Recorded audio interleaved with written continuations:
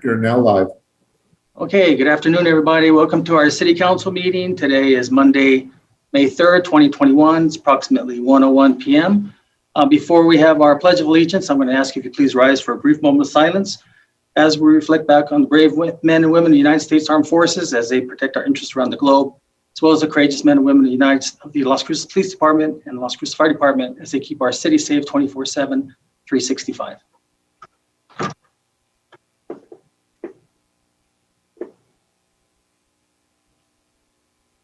Councilor Sorg, if you join me in the pledge, please.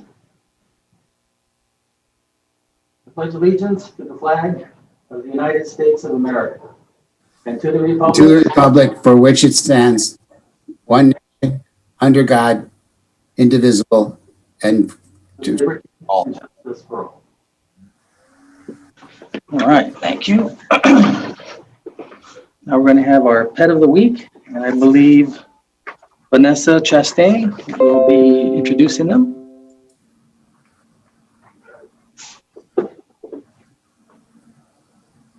you here, Vanessa? I don't see a Vanessa. Okay, well, let's. Mayor, if I would, this is Clint Thacker. I can present that for you. I don't know where she's at, but that's kind of why I'm here, you know. I got her back. There you go. So the dog of the week today is Lily, and she's a female, 2 years old, loves to give kisses, super excited, and needs somebody a little bit more active for their family members, so be able to know what to get rid of that energy, go for a run or jog and so forth. But she's here available at the Animal Service Center. The cat of the week is Zamarad, a neutered male, 3 years old, and he does something very unique, Mayor. He likes to knead the bread. What that means is when you start scrubbing or scratching the back of his neck, his paws go back and forth. His front paws looks like he's like kneading the dough. So it's a characteristic that some really friendly cats do. And so he does that when you start to scrub his neck and scratch him. So he's available for adoption. Very unique, great looking cat. Fun fact is the human blood pressure actually decreases, and so does the dog's when you guys are not petting each other, Mayor, but just petting the dog goes down. And we're still always accepting volunteer applications. We're getting ready, actually, with the city's move to open up a little bit more. So is the ASCMV. So we're still taking volunteer applications, and we're keeping them on file, but we're going to get ready to open up that volunteer program a little bit more coming up here very soon.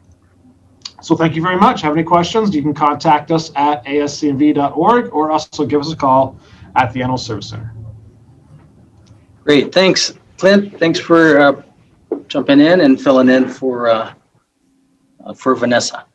Okay, so now we're going to have our jobs of the week, and either Darlene or Cindy, and I don't see either. Mr. Mayor, yes. This is Francisco Payares with Economic Development. We'll be presenting the jobs of the week for today. And please let me know if you can see the full screen. Yeah, there you go. Thank you, Mr. Mayor. So for the jobs of the week, we have a swimming pool cashier here with the City of Las Cruces, and that position is going to close on May the 7th of 2021. We also have multiple positions open with Ruby Tuesday. That one is going to be on May the 13th, and it's going to be closing on May the 13th of 2021. We also have guest representative housekeeping for Motel 6. This position closes on May the 14th of 2021. There's also positions available with Memorial Medical Center, graduate nurses, and emergency department. That one is going to be open until filled. There's also front desk receptionist with Amador Health Center, and that one closes on May the 15th. Also, our folks with the New Mexico Workforce Connections wanted me to let you know that there's going to be a couple of virtual job events, right? So there's going to be one on Tuesday, tomorrow, on May the 4th, Southwest Regional and Virtual Job and Resource Fair, the morning session at 10 a.m. and the afternoon session at 1 p.m. The information and the details at employeenm.com. As well as on Thursday, there's going to be also a virtual fair, a recruitment event for Saputo. So that one is going to be on Thursday, May the 6th at 3 p.m. So for a full list of jobs, internships, and volunteer opportunities, please visit employeenm.com. as well as www.governmentjobs.com/careers/Las Cruces, and then the telephone number for New Mexico Workforce Connections, 575-524-6250, and their webpage is, of course, employeenm.com. Thank you very much, Mr. Mayor. Thank you, Dr. Payales. Appreciate that. And now we're going to go to the COVID-19 update. Assistant Manager Enriquez will be presenting that. Good afternoon, Mayor and Council. Thank you, Eric Enriquez, Assistant City Manager. Want to give the COVID-19 update. Great news. This is a good presentation. So Doña Ana County is now in the green. Don't know if Mandy is sharing the screen. Thank you, Mandy. So Doña Ana County is in the green. Our Department of Health dashboard, vaccinenm.org, is showing that we have 69,878 fully vaccinated. That's about 40.7%. Single dose is up to 55.2%. The vaccine task force will be meeting Wednesday. This is really getting into the green as the fruits of the labor of the vaccine task force and everybody else that has been helping. Now the next phase is to see how we can get more people vaccinated so we can get to turquoise and then to the full herd immunity that we're looking for, anywhere from 70 to 80%. Hopefully, the governor is saying by June. If we can get there in June or July, that would be awesome. The city of Las Cruces has now implemented the return to work, which is today, May 3rd. We're phasing it in. Those that were working remotely can come into work at least. We want to see 3 times out of the week showing up to work. The extraordinary leave has been removed now. And again, it's being phased in so that we can see how things work out as we move forward. In addition, with the color coordination from red to green to turquoise, City Council in-person meetings is something that we'll be looking at phasing in as well. Hopefully we get to that point by the end of June, July, that we can have in-person meetings as well. The green level, to kind of explain a little bit of what that means is, in order to reach the green, 2 of the following criteria have to take place, which is 10 cases per 100,000, which we're not there as Doña Ana County. That would require, it would require all 3, almost, yes, sir. It would require all 3 to get to the turquoise. So I jumped ahead a little bit, kind of excited about all this news. But so 10 cases per 100,000, the results not greater than 7.5% and fully vaccination rate of 35%. So we meet 2 and 3 right now. That's why we're in the green. What the green level means is for essential businesses that no capacity restrictions, but operations must be limited to essential functions. Essential retail spaces can now open 50% capacity indoor and outdoor. Food and drink establishments, if New Mexico Safe certified, can do 50% of maximum capacity for indoor dining and 75% for outdoor. Close contact businesses, 50% maximum indoor and outdoor. Large entertainment venues, 25% of maximum capacity for indoor. Enclosed spaces on premises, 50% of any outdoor spaces on premises. Bars and clubs, 25% capacity of any outdoor. There is no indoor permitted at this time under the green. All businesses, 50% of maximum capacity indoor and outdoor. Houses of worship may operate at 100% capacity, indoors or outdoors, should they choose. And then places of lodging, 75% if they completed the New Mexico Safe certified training, and 40% occupancy for all others, and 10 guests maximum for vacation rentals. Mass gathering limit 20%. We get to the turquoise and that would be 150 persons. So we're moving in the right direction. Another thing to add about from green to turquoise is if we meet the 3rd criteria, we can go into turquoise.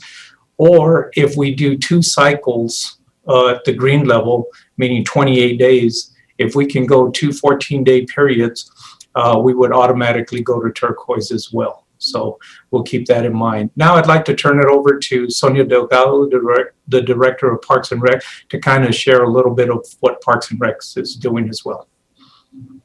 All right, thank you. Thank you, sir. Good afternoon, Mayor, members of Council. Sonia Delgado, Director of Parks and Recreation. And just a couple of points. We do have indoor and outdoor registrations, and our programs are beginning hopefully in May. They'll be a little staggered. We're also working with the leagues and organizations that utilize our facilities to provide baseball, softball, et cetera, and soccer. So we have been working very closely with them these last couple of months to help them with their plans. Summer programs are preparing for registration, so we're very excited about that. Staff is ready and is ready to get out there. Current programming, we have lap swim and fitness, and that's done by appointment only, has been going very, very well. We also have our out of school time programs for elementary and teens, and we had quite a few virtual videos that were sent out, fitness, sports, and music, which were, everyone really enjoyed those. Our recreation facilities will not be open for drop-in use, but they will be open for programming. So each group, each individual that's registered for a program will know where to meet, and then they will come into the facility, partake in the program, and then they will exit. So we will not have a drop-in.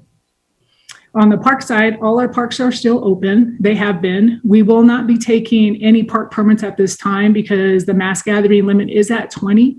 Parks are on a first come, first served basis. We're just asking everyone to make sure that when they get together with a group that they do stay with 20 or less.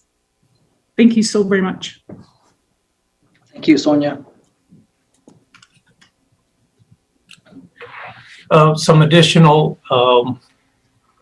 updates, Mayor and Council. Again, this is Eric Enriquez, Assistant City Manager. The Department of Health is working on a zip code vaccination data to kind of pinpoint where exactly we could do some more recruiting or registration, since the DOH is still requiring the registration, but on-site registration is also an option. Takes a little bit longer, but we're not turning anyone away if they want the vaccine.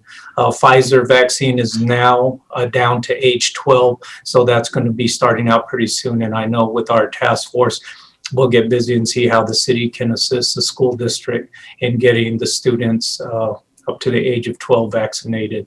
An update on the asylum refugees update is the Annunciation House with Ruben in El Paso still has plenty of room. It's a controlled manner. And also the good news is about 60% of the refugees that are arriving already have travel arrangements. So making it more efficient for them to get through and not having to be sheltered when they get to El Paso. There's some other organizations that are helping federally there in El Paso to stand up hotels if there is an overflow. So things are looking very promising for our area should there be an influx of asylum refugees. And that's all I had for today, Mayor. Very exciting news. Thank you all for your support. It's been a community effort, an organization, and all Mayor and Council to help out in the vaccine task force.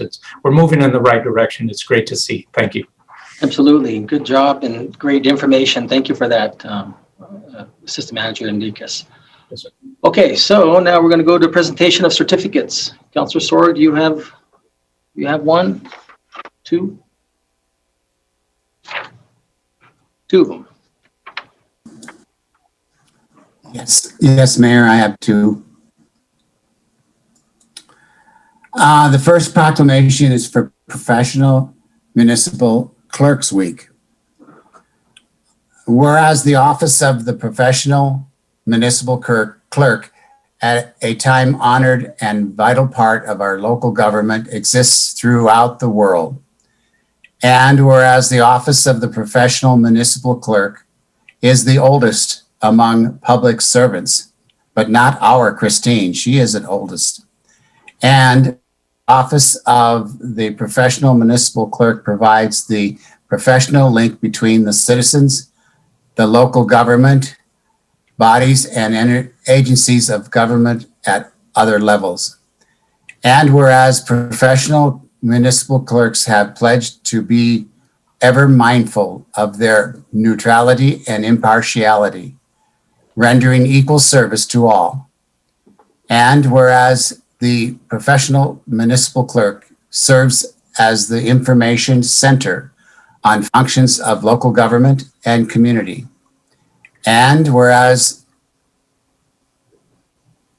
professional municipal clerks continually strive to improve the administration of the affairs of the office of the professional municipal clerk through participation in education programs, seminars, workshops, and annual meetings of their state, provincial, county, and international professional organizations. And whereas it is most appropriate that we recognize the accomplishments of the office of the professional municipal clerk. Now, therefore, we, the mayor and the city council of Las Cruces, New Mexico, do hereby proclaim the week of May 2nd through May 8th, 2021 as Annual Professional Municipal Clerks Week. Congratulations, Christine Rivera. The second proclamation is for the National Travel and Tourism Week. Whereas travel and tourism have a critical role in Las Cruces, New Mexico, and the economic prosperity of the city of Las Cruces, state of New Mexico, and the United States. And whereas travel has been the foundation of a healthy workforce, historically serving as one of the largest private sector employers in the United States, supporting 15.8 million jobs in 2019, including 19 million directly in the travel industry and 6.8 million in other industries. And whereas prior to the COVID-19 pandemic and public health order travel restrictions, in 2019, Doña Ana County saw an estimated $427 million in spending by travelers, resulting in $47 million in state and local tax revenues that has aided in the state and local government's economic and quality of life well-being. And whereas the city of Las Cruces, New Mexico recognizes the power of travel and the positive contributions and supports the hospitality, hotel, tourism, and restaurant industries recovery. And whereas the power of travel will be necessary and prominent component of our return to everyday life and must be supported and protected. Now, therefore, we, the mayor and city council of the city of Las Cruces, New Mexico, do hereby proclaim the week of May 2nd, 2021 through May 9th, 2021 as National Travel and Tourism Week, and urge the citizens of Las Cruces, New Mexico to join us in recognizing the critical role this industry plays in our city. So yes, and then now it's time for us to all get out and travel. Thank you, Mayor. Well, thank you, Councilor. Now, were you presenting that to Mr. Russell Hernandez, and does he want to say a couple words?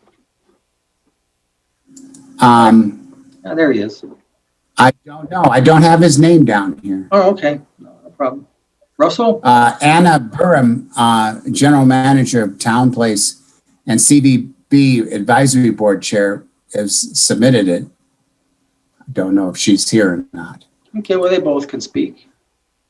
Mayor, councilors, Russell Hernandez with Salud in here in Las Cruces, next to MESA. Anna is unfortunately not able to be in attendance to accept this. So being a fellow board member on the advisory board, CVB advisory board, I am stepping in her place. So first off, I just want to say thank you for the adoption of this proclamation. This is an event that's celebrated annually, and it was created by Congress in 1983 to underscore the economic power of travel in the U.S. and celebrate the contributions of industry partners and professionals. There's a specific theme this year that themes the power of travel, and it highlights the critical role travel will play in driving economic recovery, as well as efforts and celebrates the contributions of U.S. travel industry as a whole.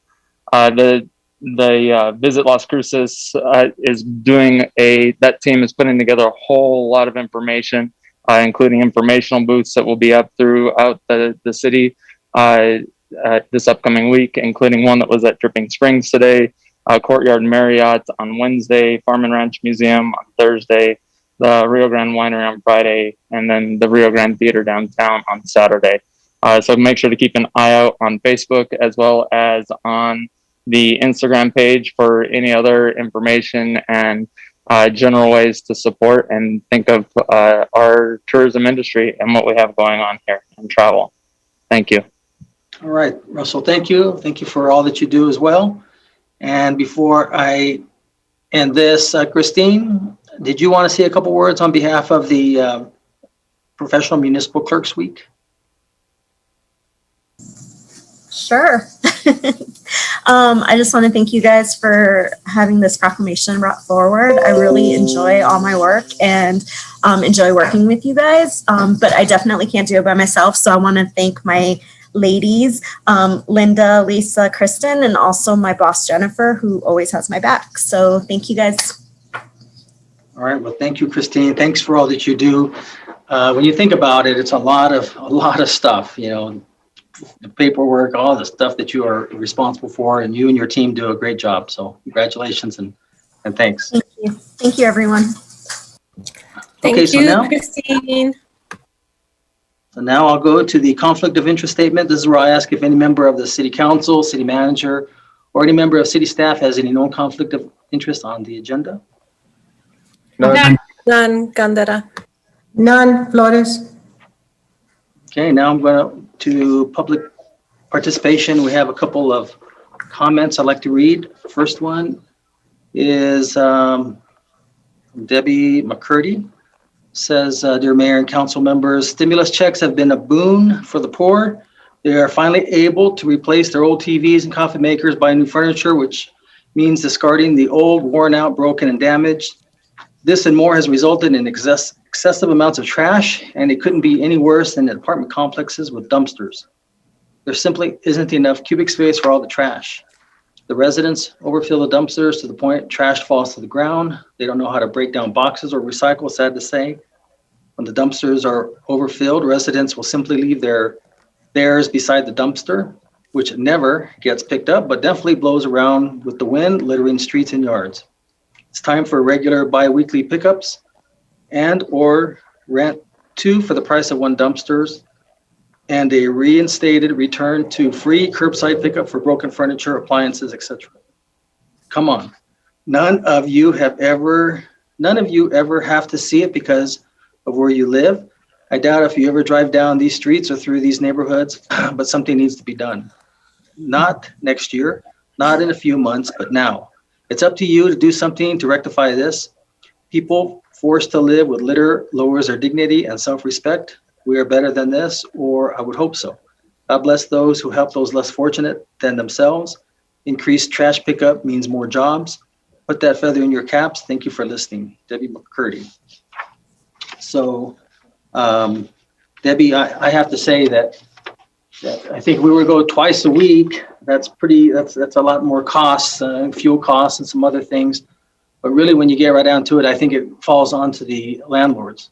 If they know that the trash is there, and I have seen it, I actually do see that as I'm coming into work. I take various streets, and residents just leave it right next to the side of the dumpster. So if the landlord knows that it's a problem, then they maybe need to ask for an additional dumpster. Okay, and the next one is from Kevin Armstrong, president of Las Cruces Dog Park Coalition. I've been a resident of Las Cruces since June 5th, 2007. In 2009, I wrote and submitted the legal paperwork applying to the Internal Revenue Service for the designation of Las Cruces Dog Park Coalition as a 501c3 public charity that is particularly interested in improving the amenities of the existing dog park at 430 North Hermosa.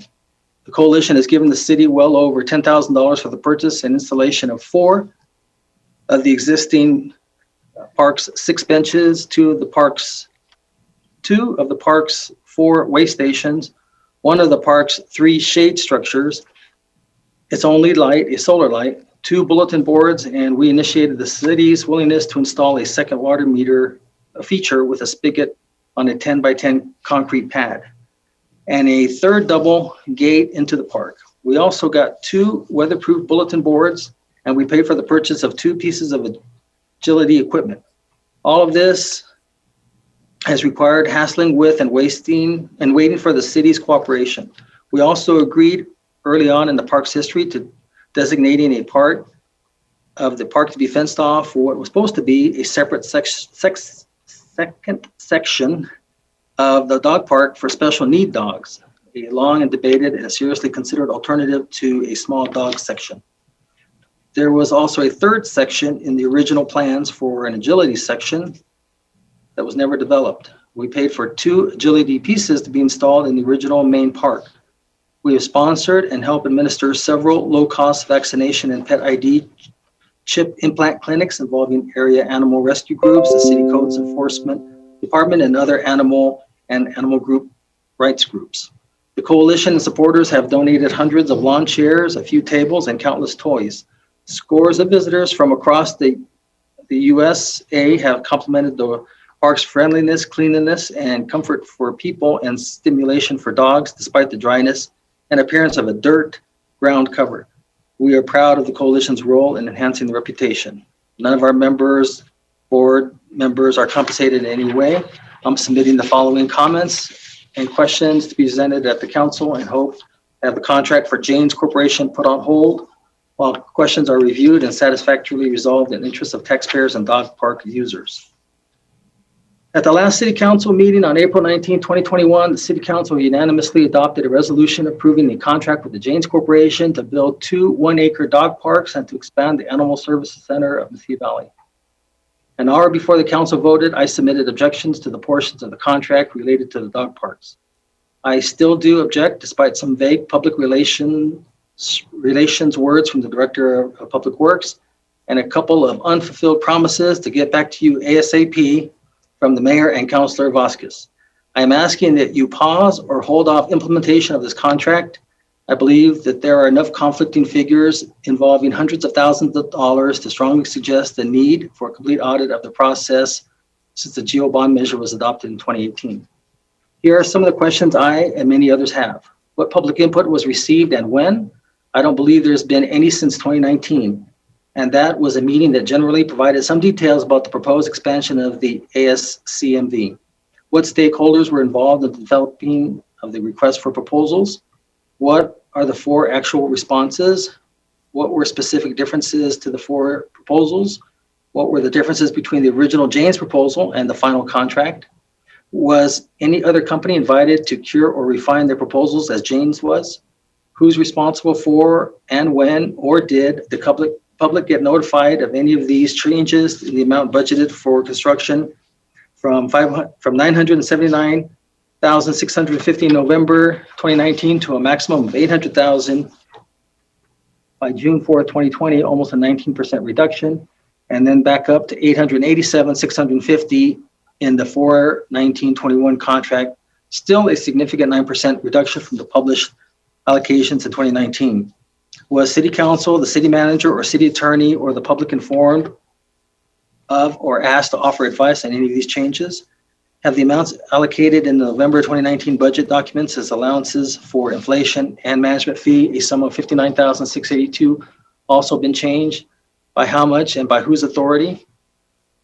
To where did all these funds get reallocated? $92,000 in construction and some undisclosed portion of the $59,682 for allowances for inflation and $31,190 for a management fee.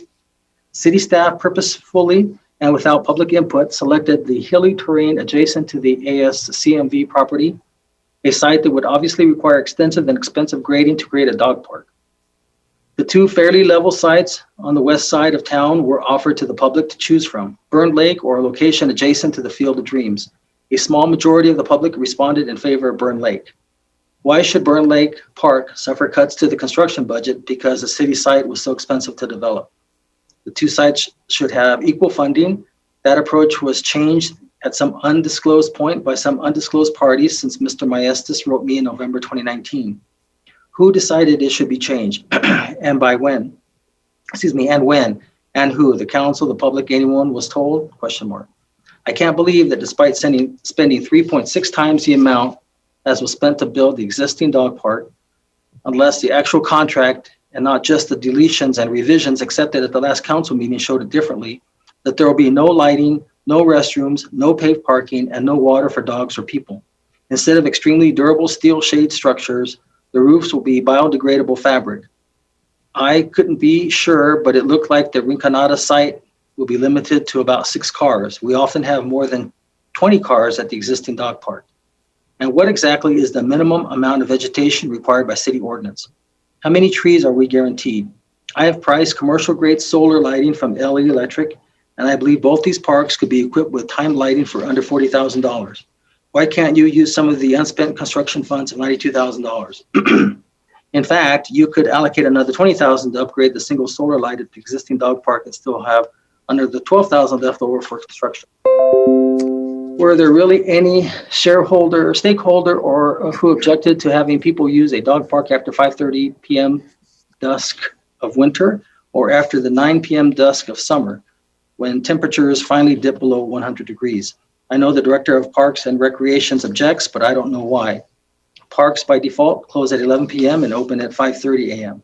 I can understand closing a children's park or a model airplane park, maybe a gun range, but keeping dog owners from bringing their dogs to a park after work in the winter and after the summer heat cools down.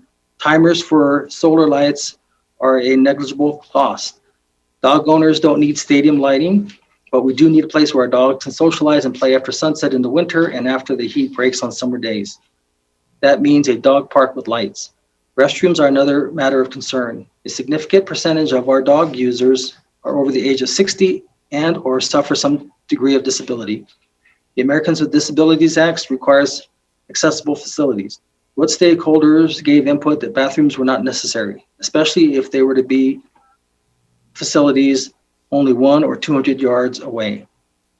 This is particularly problematic for the ASCMV and would require a car drive around up the hill. It is insulting and callous to claim those facilities are on site. I believe there are enough serious questions and problems with the process to create and accept this contract that you have a responsibility to pause the process and delay or give any go-ahead consummating this deal. The process has been opaque, with key components virtually secret, and with tremendous and I believe unwarranted favoritism shown to the Janes Corporation. Put on hold on the process, audit the process, use to develop and modify the request for proposals, publish the details of the proposals rejected by city staff and the original proposal by Janes, and determine how the budgeted amounts were changed and where the funds effectively taken from the dog parks went. Below I have attached the November 2019 email response from NGO bond budget provided to me by former Director of Public Works, David Maestas. And he listed these various go-bond questions that were used by staff initially. And I'll be forwarding these comments to David in case he has a chance to answer those. Mr. Armstrong, I know that many times when we go out to a bond, that's the maximum that we can pay. I think it's important that the city construct the majority of what was promised in the GEO bond, but that doesn't mean that some of these amenities can't be added on later. I know David is going to be working through the city manager's office and to see what we can do regarding restrooms, but some of the other amenities, that doesn't mean that they can't come on at a later time. But I think it is important that we have the main structures that was voted on completed. But other than that, I don't know if you've received that email, but I'll be forwarding it on to David and to the city manager in case he decides to send it on to you all as well. Okay, so. Mr. Mayor? Mr. Mayor? Yes, Councilor. Councilor Sorg, and then, well, I have Looks like Mayor Pro Tem has her hand up, and then Councilor Sorg, and then Councilor Bencomo. Thank you, Mr. Mayor. I appreciate the public comment. I do want to remind folks that we have had several updates at the Animal Services Center board meeting related to this, to the GEO bond. Discussing the site, discussing basically what happened in terms of why the changes, and a lot of it is just because of the price of construction, right? Wood, those kinds of things have been it's been in huge costs, and so I also, if you recall, had a question very similarly, which I do a lot of the times around procurement, like how many other companies, went for this particular RFP, and it was explained pretty thoroughly.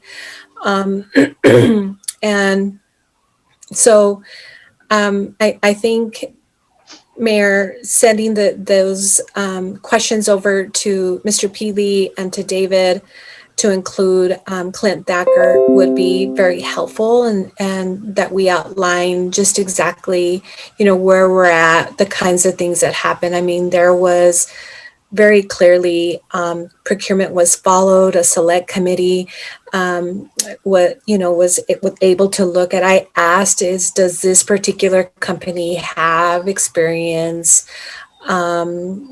constructing a animal services center? And the answer was yes. So, and I thought it was explained in terms of why they rated much higher was because they have that kind of experience. So I do want to say that any one of us that sit on the board is happy to have a conversation with the gentleman and speak very directly to each of his points.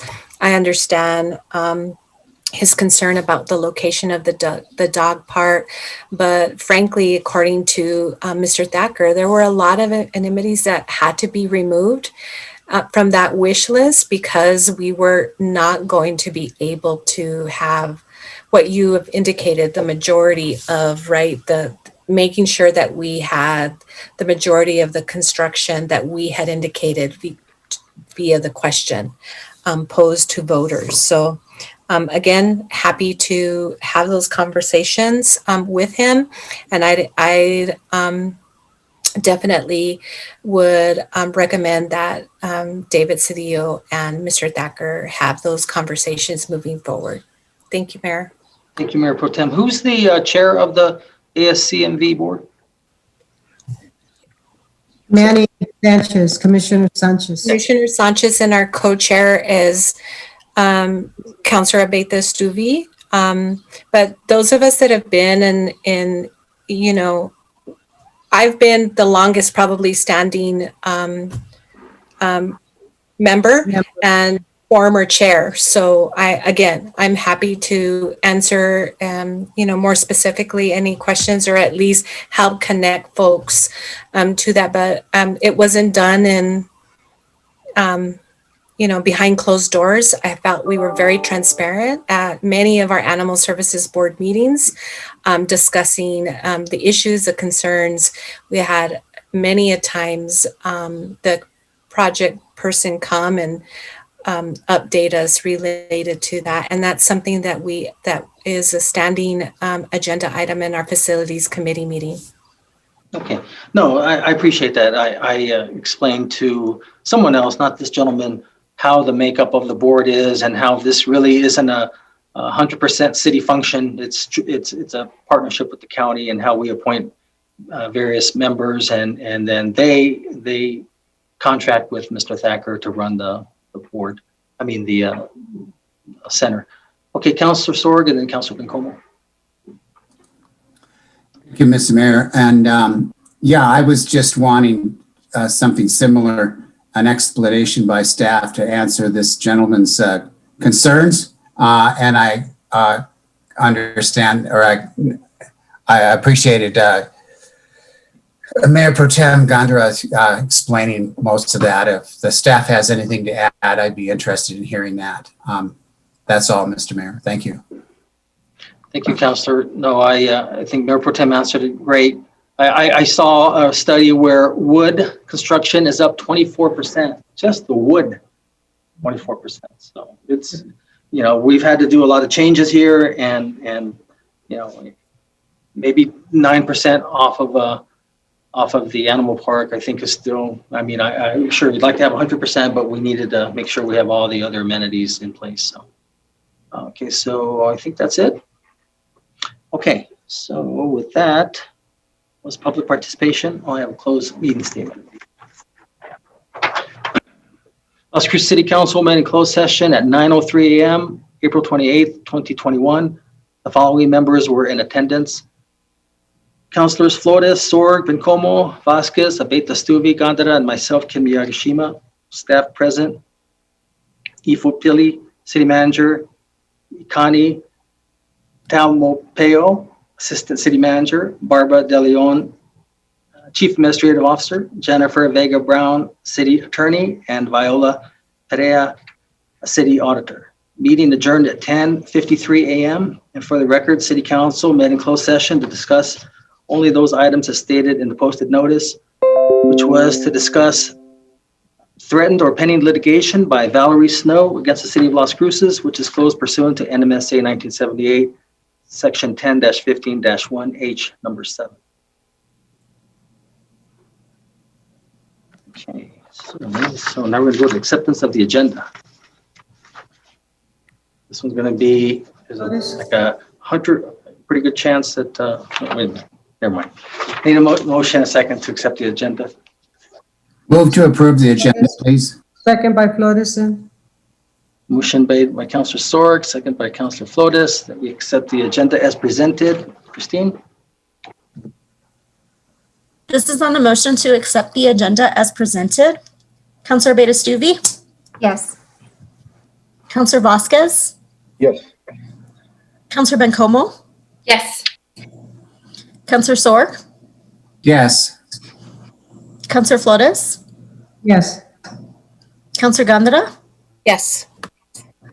Mayor? Yes. Okay, so now we're going to go to 8-point run, resolution 21-161. Need a motion and a second. So moved. Second, Bencomo. A motion made by Councilor Beta Stuvi and a second by Councilor Bencomo. And looks like Ray Fajardo will be discussing. Good afternoon, Mr. Mayor, members of council, city administration. My name is Ray Fajardo. I work for the Housing and Neighborhood Services section of Economic Development. Nice The to meet you. resolution before you is to ask for your consideration and approval of year 2 of the Health-Related Public Services Awards. These awards are funded from interest earnings of the Telshore Fund and are intended to support the well-being of the sick, indigent, and low-income residents of our city. Renewal of funding is contingent upon program performance. Due to the pandemic, city staff conducted monitoring reviews of all 16 agencies. All agencies met their performance measures outlined in their scope of work, which included performance goals, objectives, activity measures, and evaluations. The Health and Human Services Advisory Committee reviewed year 2 budgets, program goals, and staff monitoring reports, and have recommended all agencies for continued funding. I'd like to take a moment to recognize some of our agencies. Roadrunner Food Bank reported an increase of over 45% of individuals served in Las Cruces. La Piñon reported that despite the pandemic, they served 134 victims of sexual and child abuse. Southern New Mexico Diabetes Outreach reports that through March of this year, using social media, they have reached over 8,000 individuals. The Boys and Girls Club of Las Cruces reported service to 1,517 youth. And last but not least, Mesilla Valley Community of Hope served 35 individuals through their SOAR program. SOAR is an acronym for SSI Outreach, Access, and Recovery Program. They shared a heartwarming story with us about a woman they referred to as Peggy. Peggy has been living on the streets with severe mental issues for over 20 years. She applied for SSI and enrolled in Sue's House, a permanent supportive housing program operated by the Community of Hope. This was made possible by funds provided by the City of Las Cruces. Peggy has since received her SSI check, including back pay. She has insurance coverage and she has been residing at Sue's House for over 13 months. This is just a snapshot of the amazing work our partnering agencies are doing for the community of Las Cruces. Thank you for listening. This concludes my presentation. At this time, I will stand for questions along with my supervisor, Natalie Green. Thank you. Thanks, Ray. Very good job. Thank Okay, any questions? Wow, seeing none.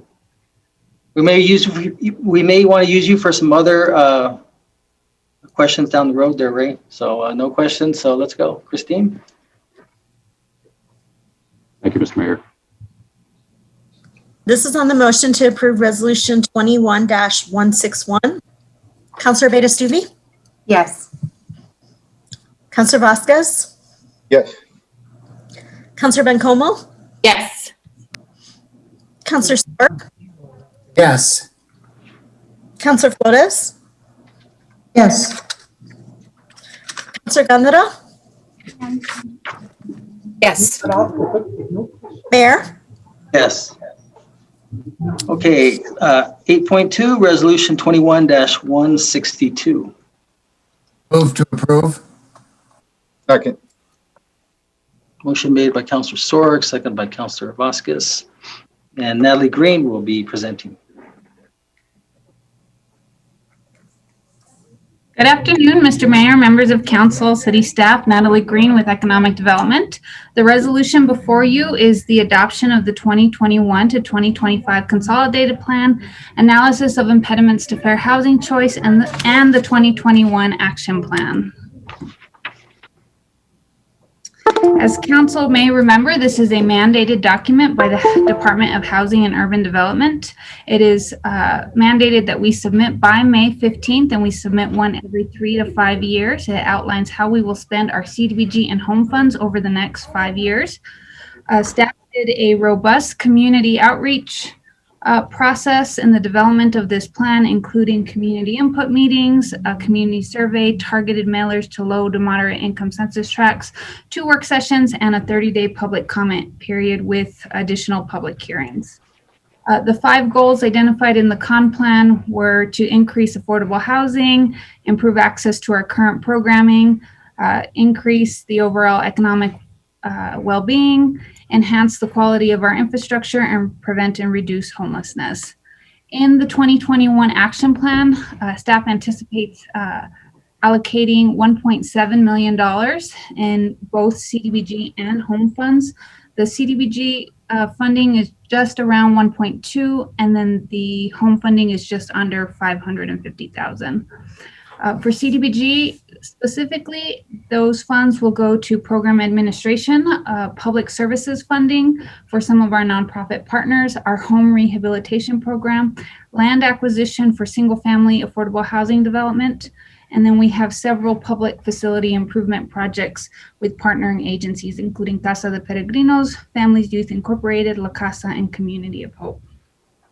With our home funding, again, that'll go through, that funding is specific to affordable housing. So we are funding program administration, CHODO, which is a community housing development organization operating funds, tenant-based rental assistance through 2 partnering agencies, that's Community Hope and La Casa, and then some single-family affordable housing development.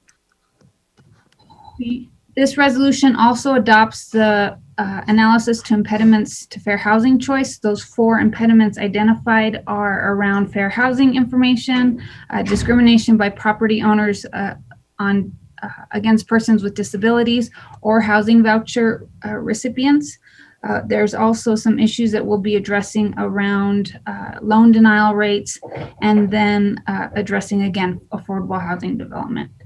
So I will stand for any questions.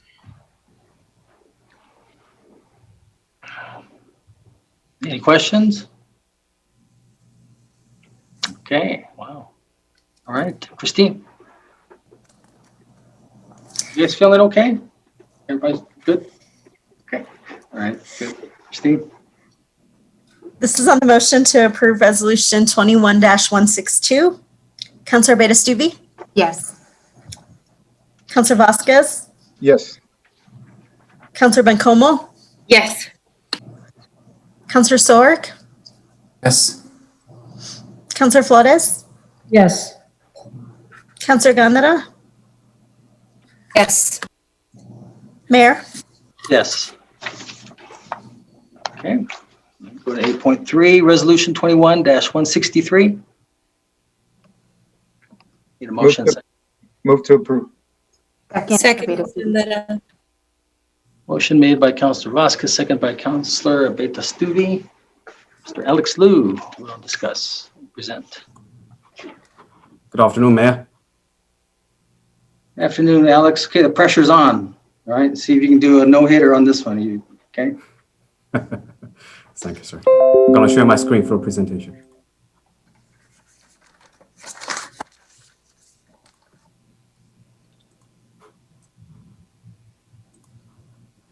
All right, good afternoon, Mayor, Council. My name is Chen Alex Liu with Purchasing. Today, I'm going to present you the procurement for Mesilla Valley Community of Hope Master Plan and the management structure recommendations for the City of Las Cruces. This is a request for proposal, 19-20-128. The service was required by the City of Las Cruces to develop a master plan for the Mesilla Valley Community of Hope campus, an evaluation and provide recommendation for the management structure of the facilities. The RFP was issued July 31st, 2020, and due back to the city September 3rd, 2020. 86 vendors solicited, 1 proposal received. The selection advisory committee met on October 22nd, 2020 to review the proposal. And they recommend Hewitt Zollers, Inc.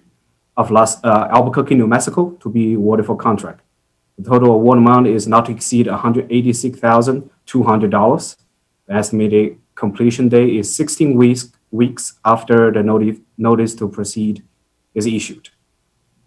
That's it. Here are your council options, and we'll stand for questions. All right, first question, Councilor Sorg. Yeah, thank you, Mr. Mayor, and thank you, Mr. Liu. Can you tell me if this is a change in our practice or our management of the community of Hope, or has it been this managed the same way in the past, and this is a continuation? Thank you for the question, Councilor Sorg. I'll defer this question to the End Use Department, Eric Martin. Good afternoon, Mr. Mayor, members of council. Eric Martin, Facilities Management Administrator with the City of Las Cruces, Office of the City Manager. Basically, the management has not really changed in terms of how the site, the property has been used probably for, let's say, about the last decade. Obviously, lots of things have occurred out there. There's been expansion at different locations. The Amador Health has been, as you've noticed through previous awards and grants and things, has been expanding their services. Camp Hope, of course, came into being. And so the whole site is still managed by Mesilla Valley Community of Hope as the parent agency. What's happened is the site is landlocked. Basically Amador to the north, McSwain to the west. Of course, there's the flood control channel to the south, and then there's private property to the east. And so with all this development, one of the things that we wanted to do with the master plan is bring all of this together so that we could identify what additional development can take place, whether they build up, out, make sure we're meeting ADA, landscaping ordinance, code requirements, all the other types of things. And so a master plan for this site is something that is necessary for us to properly develop the site moving forward. It will also aid these agencies as they go forward through the city and through the state, that if they seek legislative or other federal appropriations, then we have a master plan here that when we're done, that the city potentially will support based on the outcome of what else can be done at that location. And so meeting with both the site, and we've talked with the different executive directors. They also had submitted letters indicating that a master plan would be appropriate and they'd like to see something. So this gives something to hang our hat on, so to speak, that we know what development's going to occur. And at the same time, the agencies at the site know what they can pursue for grants or what they may not be able to based on what the site can support. So we're concerned about safety, emergency access, egress, ADA, providing services to the constituents in that proper and safe manner. And we just want to make sure that that build out follows some type of plan there. The second part of it, which you see is this two-part contract. So that's the first part. The second part is take a look at the management structure and say, okay, this is how it's been, and to meet with the different agencies and to meet with the parent agency and just have that roundtable discussion and see, are there any changes necessary, or is the status quo that we have is where we need to be? So that's what you have before you. Well, thank you, Mr. Martin. I appreciate that. Mr. Mayor, I wouldn't mind hearing from Ms. Martinez and her take on this contract, if she has anything to say. If, I said, yeah. Sure. Nicole, you're welcome to speak. Just need you to identify yourself and your position. Thank you, Mr. Mayor, members of the council. My name is Nicole Martinez. I'm the Executive Director of the Mesilla Valley Community of Hope. And we have been negotiating the master plan for quite some time. It's been in the works for a few years.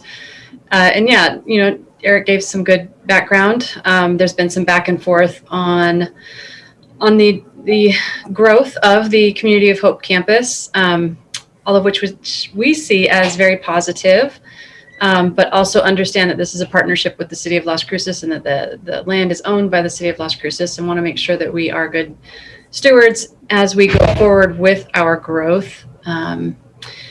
And that means also in terms of accepting legislative funding, going through grants, contracts, administrative burdens, et cetera, as we try to accommodate the needs of those who seek our services. I know that a couple of the concerns that we have in having the master plan is to sort of rein us in with our legislative funding and make sure we're on the same page with the city, but also want to make sure that we are not losing out on any opportunities for growth in the future because it's not on the master plan. As we see needs change, especially in this last year, we've seen with the impact of COVID that we need to have some exceptions in some of the programming that we do here on the campus within reason. The other thing is the management structure. Former assistant city manager had some ideas about how that structure went in terms of our lease agreement says that the city will provide some of the maintenance, Community of Hope will provide some of the maintenance. And there was some ideas that perhaps Community of Hope as a whole should take over the lease, that the city should deed the property to Community of Hope, and that we should form our own 501c4 and put money into our own maintenance, things like that. So there are a lot of different ideas about the ways that we could manage the structure of this. What I would put forward today is that we feel like that would really sever our ties in the closest that we have with the City of Las Cruces, especially in our funding sources and the services that we're providing to the constituents of City of Las Cruces. Also, I'm sure you're aware that there's not a whole lot of funding sources out there for maintenance and operational purposes for nonprofits. And so those are some things that we plan to talk with the consultants who are going to work with us on the master plan.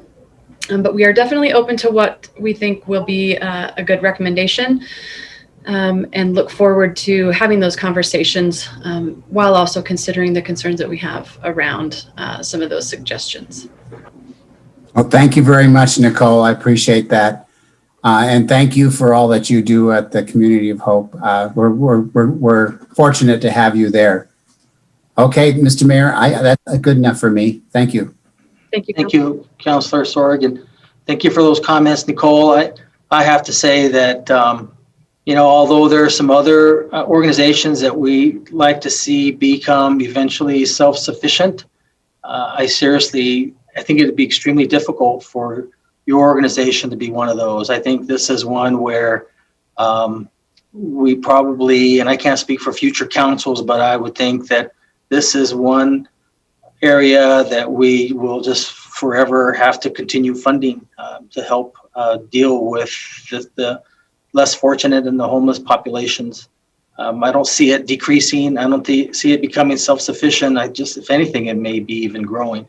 I hope you received that information that Juan Olvera sent. I thought it was pretty interesting that they're doing in LA. That might be something to take a look at. Maybe some other venture that we may have in some other areas nearby. Those are really impressive. And as you well know, probably not everyone wants to live in a structure, a small one, albeit they still like to be the outdoors. Anyways, thank you for all that you do. Yeah, Councilor Flores. Thank you, Mr. Mayor. Thank you, Mayor.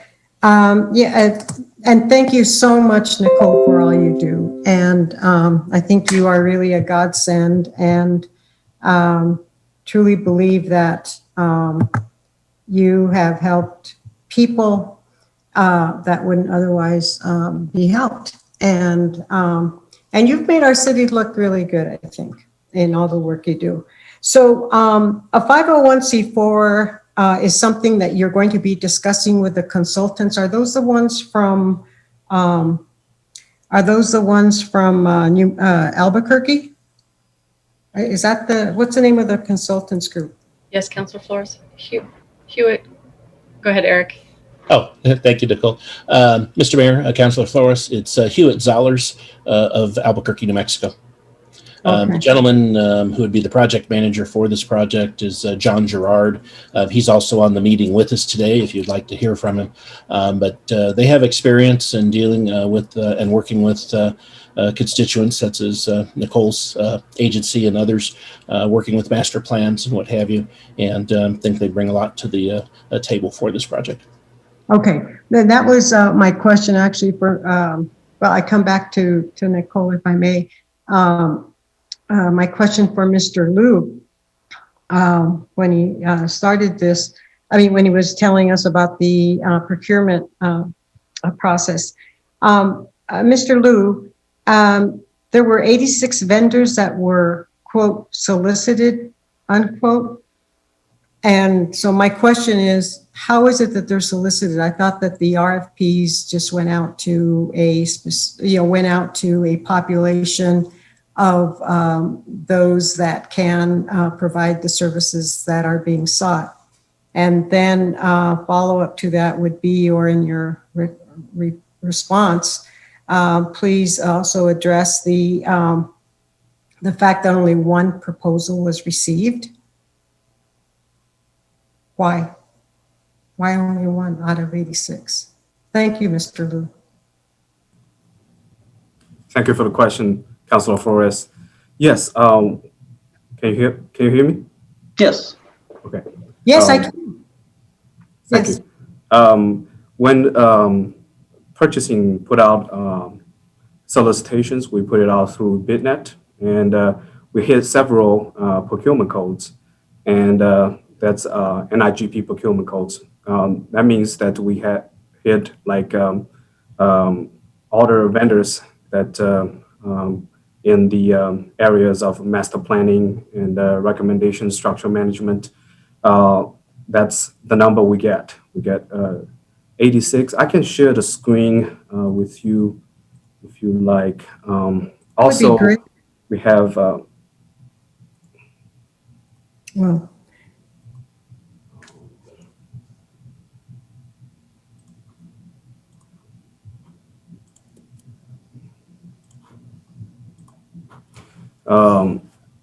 Here you go. Also, there's there's 24 vendors downloaded directly from the BitNet. These are the list. Also, when we put out for solicitations, we published on local newspapers to let everybody know, and we send it directly when end user department provide us a list of vendors they know locally. So that's the reason why we say that 86 vendors solicited. On top of that, 24 also downloaded after they know about it and read us on the newspaper. And we are not sure why there's only one. Usually we get multiple proposals. Like there's another agenda items on today's council meeting. We receive a lot for engineering and architecture services. We receive 11 proposals for that one. So different solicitations result in different response. We can follow up and see why all of this downloaded and didn't respond to this solicitation. But it was on the market for over a month. It was posted in July 31st and due back to the city on September 3rd. Does that answer your question, Councilor? Yes, to an extent, Mr. Liu, thank you. But it was on the market for how long? Several months? It's over a month. It was posted on, it was posted on July 31st, 2020 and due back to the city on September 3rd, 2020. Oh, yeah, so a little over a month. So, Mr. Liu, it's just that, and thank you so much for explaining that. Because, yeah, and I'm asking you, not because I doubt in any way your process or the process the city goes through, but time and time again, I've heard, the comment is made. It's not like someone comes to report to me or complain to me, but you just hear, I have had a few people say to me that that there's that this particular company got the contract because they know somebody on city council, or including the mayor. I mean, for some, and I want people to know that the procurement process is something we don't touch. We can sit here and ask the questions any other resident of the city of Las Cruces or the man on the moon if he or she wanted to ask the question. But the fact that you go through this very diligent process and then you screen, and this is a company that has worked for the city, has contracted with the city before and has had a good result, right? Or, yeah. So I thank you. So I just want to make sure that our residents and those people who are listening right now, to just let them know that the procurement process is something that we do not touch whatsoever. We come to the presentation as you have presented to us, and then we ask questions if in doubt, or not in doubt, but just curious, like really to have 86 and then only one respond, and then unfortunately, they definitely fit in. Thank you, Mr. Liu. So, Nicole, so as far as the community with hope, and I agree with the mayor, I think that this is something that the city will have to be working with in perpetuity, and at least in the perpetuity of perhaps my little life here. But what if for some reason you became a 501c4, you would lose your nonprofit status, or it'd be limited, right?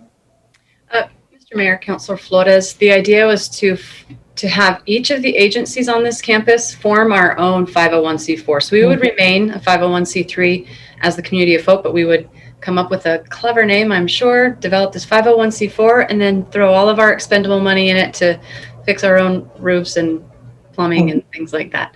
So that was, yeah. So that's how that would, and again, it's just one way of looking at if the management structure needs to be changed. We may come out of all of this realizing that we have a pretty great thing going and we keep it that way. But who's to say that that we could maybe do this better, and we're open to learning about that. I just have some hesitations about forming a separate 501c4, keeping track of that, managing that with our community partners, with funding and continuing that maintenance, and losing the connection that we have with our city of Las Cruces, who's been, so supportive of everything that we've been doing here. Yeah. And then you would also have to have additional staff just to manage that part. Absolutely. Yeah. In my little head, well, not so little, but I think it would be insurmountable. I think it would be not insurmountable, but it wouldn't be advisable, in my humble opinion. Thank you so much for everything you do, Nicole. It was great seeing you. Thank you. Well, thank you, Mr. Mayor. Thank you. Alex, did you have your hand up? Did you have another question, or did you want to say something, or you forget to put it down? Yes, I just want to comment on Councilor Flores' questions. Councilor Flores, you are exactly correct. If vendor connect or contact any elected officials, mayors, any other city staff, other than purchasing, their proposal will be disqualified immediately. So you are exactly correct.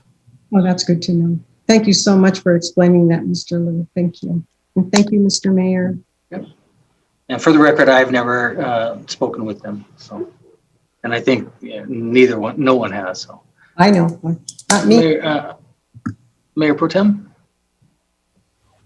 Thank you, Mayor, and Nicole for being here, and Eric for the presentation. I appreciate this. I think it's a good step in the right direction in terms of having a master plan, dedicated specifically to that campus.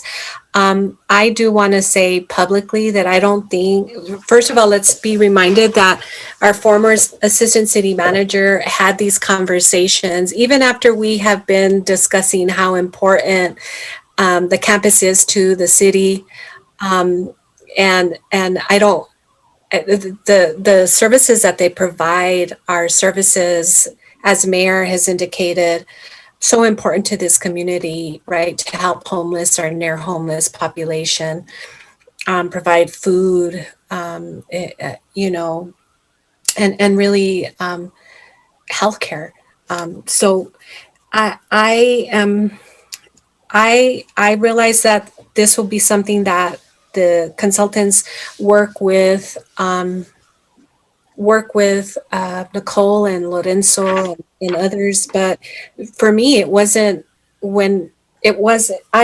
not my main purpose. My main purpose is making sure that those facilities are up to standard, that the city is providing the best maintenance that they can, because we own those buildings. I've been harping for months and months every time something like this comes up, that we are good landlords, that we're providing the best maintenance that we can, and then and talk about what that maintenance schedule looks like, maintenance plan. So I'm hoping that maintenance plans gets submitted in or rolled into this master plan, because I just hear too many times that our facilities are not up to par.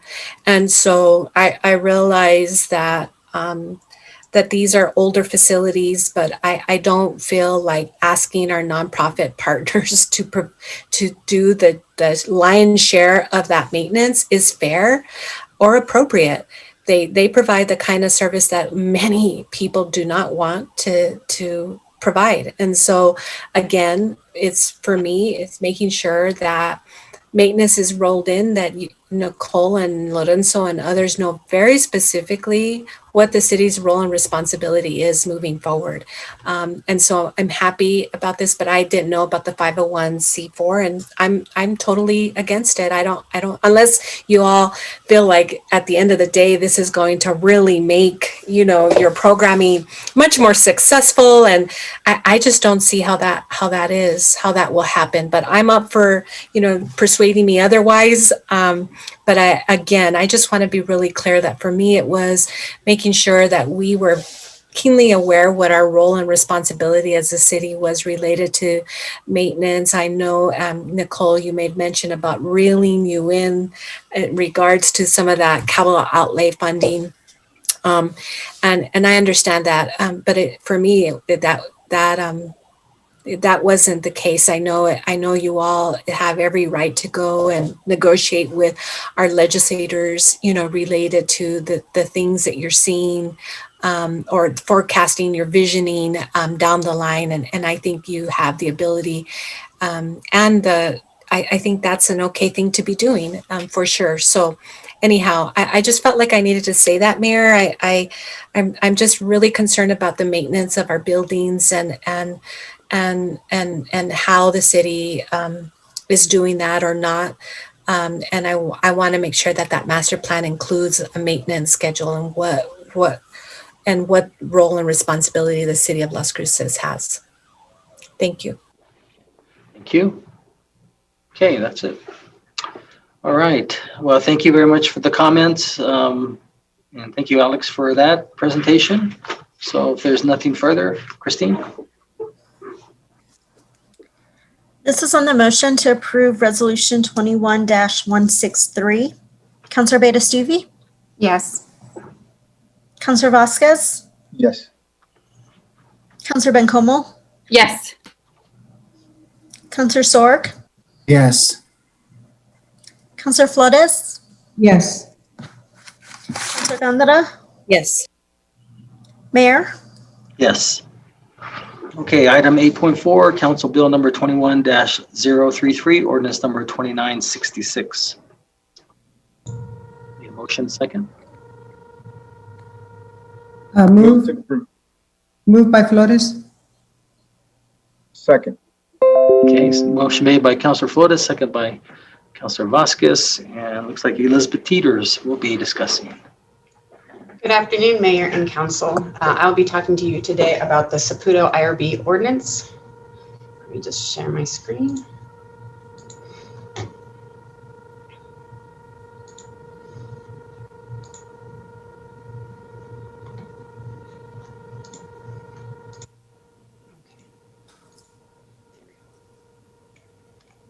So a little bit of the background on the business.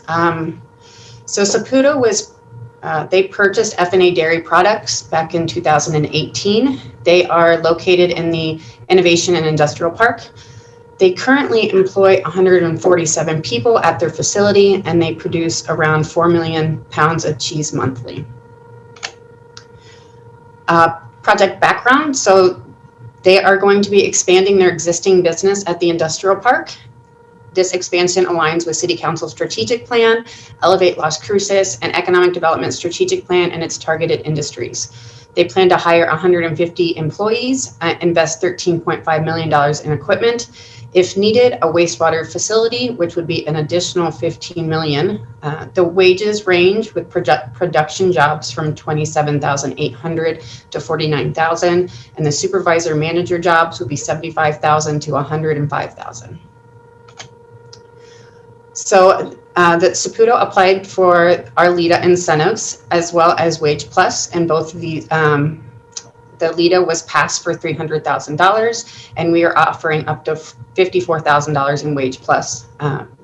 We are talking right now about the industrial revenue bonds for $13.5 million, which would allow them to purchase equipment at a lower gross receipts tax rate, and then their equipment is exempt from personal property tax.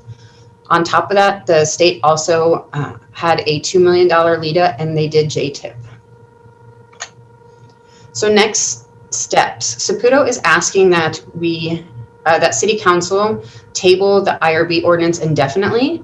Their expansion plans are coming together faster than they expected. Ideally, and the wastewater treatment facility was supposed to start in 1 to 2 years after the project, and they're realizing, putting all their plans together, that they're going to need it sooner rather than later. So they are taking a step back to reevaluate their scope and timeline. So with this new plan, if it were to get tabled today, they plan on making a new decision on moving forward with the IRB ordinance in the next few months. Back in February, City Council did pass the inducement resolution that has to do with this IRB ordinance. So when it passed, it allows Saputo to apply for a tax exempt certificate so they could start purchasing the equipment they need while they were waiting on the ordinance approval. This resolution does expire on August 16th, 2021. If the IRB is not formalized before this expiration date, any purchases after that will have the normal tax rate. And if they were to purchase any equipment between now and then, they would have to pay the difference in tax. So it is staff recommendation today to vote to table this ordinance indefinitely. And also we do have the consultants for Saputo here from Ernst & Young to answer questions if you have any. Thanks, Elizabeth. Councilor Sorg? Yes, thank you, Mr. Mayor. Yeah, this is fine if they want to table it with me. I just was curious to know from our utilities department, and namely the wastewater section of utilities, our facilities, the city's facilities out on the East Mesa, or the West Mesa, are they not sufficient enough to handle the extra amount that the cheese factory would be producing in wastewater? So therefore they have to build their own wastewater treatment plant? Is there anybody in utilities that can answer that, or anybody anywhere?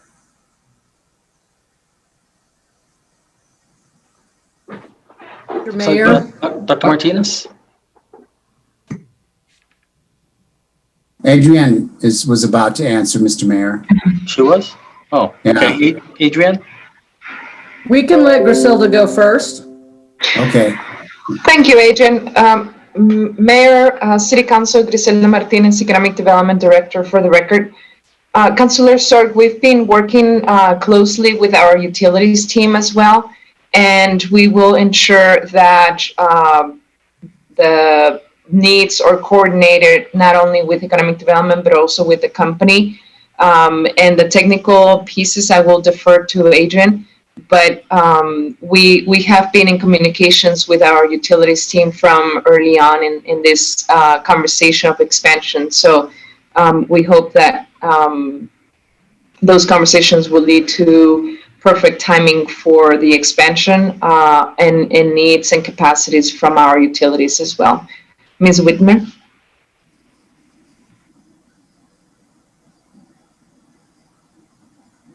Thank you, Griselda. Mayor, Councilor Sorg, all I can do is just repeat essentially what Griselda mentioned, is that we are working closely with economic development to make sure that all infrastructure is taken care of so that we can assist in this economic development. Thank you. Well, in other words, that we don't know quite yet whether we can handle that or not. Is that the short answer?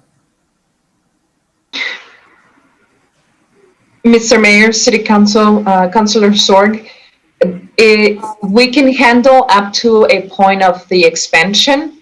And based on what Ms. Teeters mentioned, depending on what type of the speed on the expansion for more operations, we may need to have the conversations of the new treatment facilities sooner rather than later. One thing that we have spoken to Ms. Walsh is that the utilities team has some interesting and innovative approaches to wastewater treatment.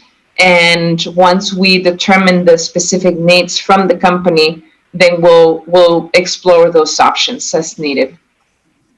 Okay, thank you very much. Thank you, Mayor. That's fine with me. Yeah, Councilor Flores. Thank you, Mayor, and thank you, Adrienne, and thank you for the presentation. But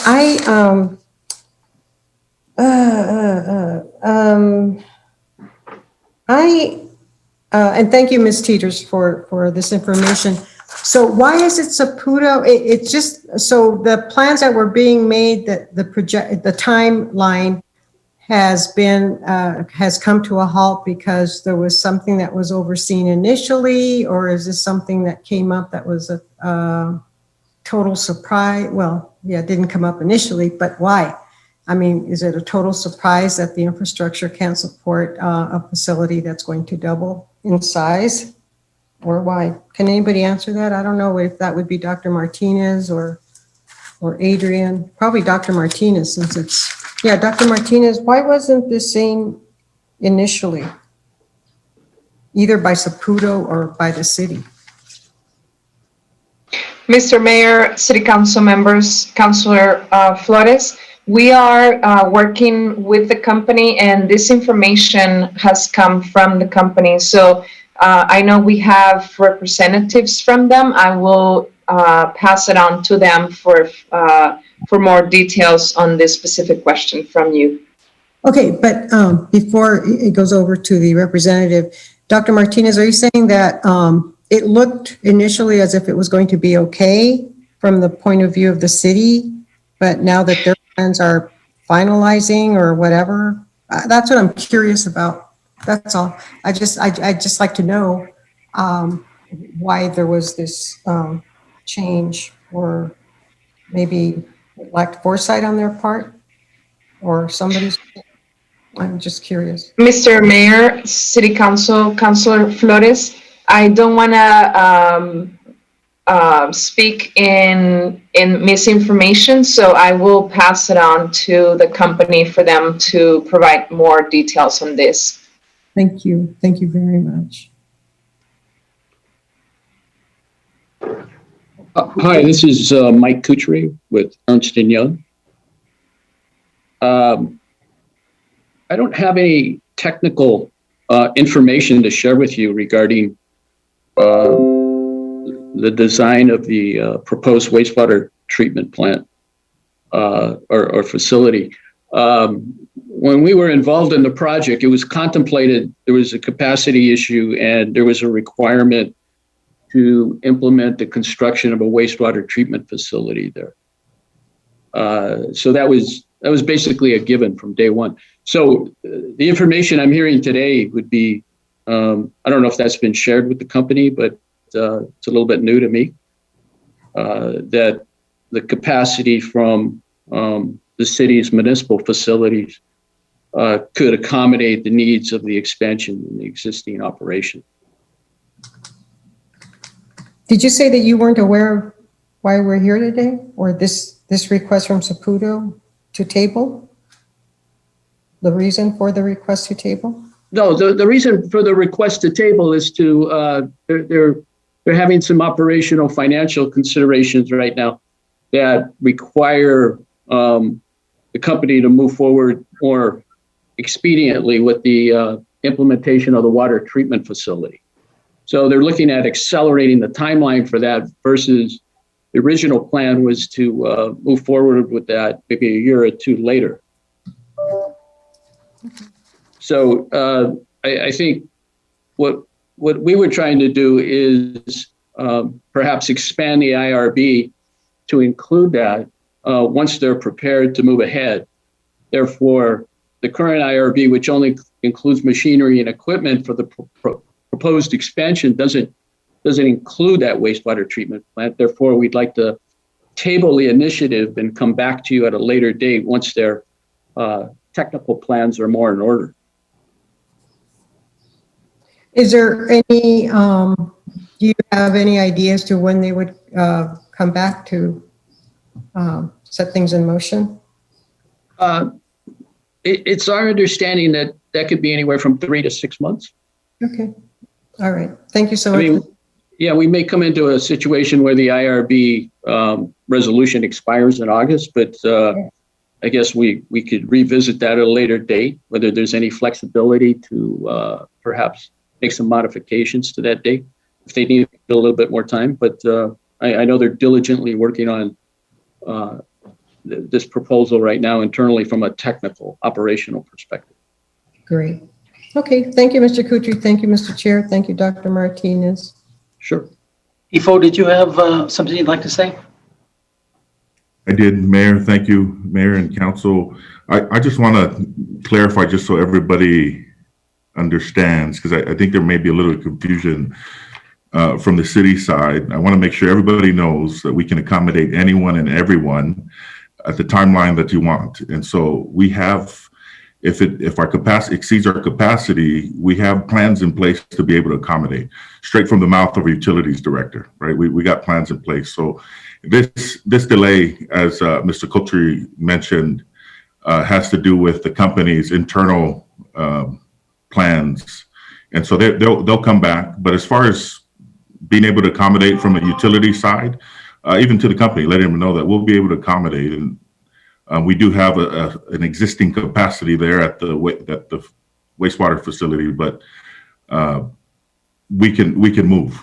And so if needed, we'll be able to move and be able to expand depending on what company's looking. Just want to make sure everybody knows as we're going out and anyone listening in, contemplating the park, that we have the capacity necessary. If we don't have the existing capacity, we certainly could provide increased capacity if needed. Let me just add to that.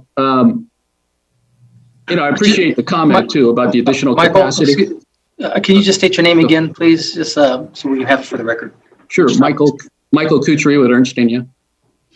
Yeah, there could be, and again, I'm not there. I'm not part of the engineering design team for that facility, but for the wastewater treatment plant. But there could be very stringent technical requirements since this is food-related manufacturing that they have to meet, both from an incoming and an outbound treatment perspective, that could be impacting this decision relative to the development of a wastewater treatment plant on site. So, I think some additional study needs to occur, some additional conversation, collaboration with the city's public works department or whoever that might be to perhaps address this going forward. But at this point in time, a wastewater treatment plant is still being proposed for this location until, we gain further, or the company realizes that perhaps they don't need it. But again, coming back to some of the technical requirements associated with food production are very stringent. I think that's my inclination why the operations team has proposed having that on site. Thank you, Mr. Coutry. And just an FYI, they transcribe the notes and they don't watch the video. So the person doing this, they don't know who's talking. So that's, I know I see your name up there, but the person transcribing the notes, they don't see it sometimes. No problem. Thank you. Now you said Ernst & Young, so you're on the accounting financial side of the company, or you do that, you work for them in that capacity? I apologize for not introducing what I do, but I work out of Los Angeles, and my colleague is also on the call, Suzanne Mills. She works out of the Chicago area, but we're part of our location advisory team. We advise clients on location decisions and various economic incentive opportunities and tax issues, both tax and non-tax issues related to location decisions and corporate expansion. I was hoping, and it's not really necessarily germane to this comment here or situation, but it is in the big picture. If I could find out what you pay in electricity costs annually, something just popped into my head, and I'm going to try to see if we can get them lower in that specific area. Do you think you could have someone email me about what you pay annually? Sure.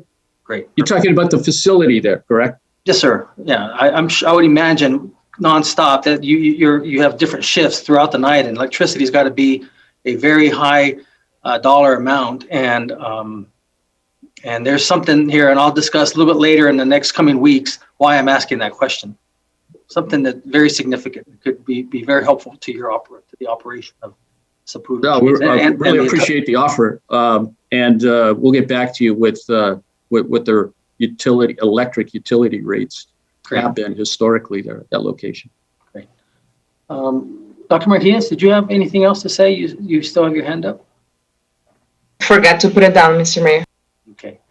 And Councilor Flores probably forgot to put hers down as well, but she likes to keep it up so that she gets to be first on every issue to talk. No, I just forget to put it down. I'm sorry.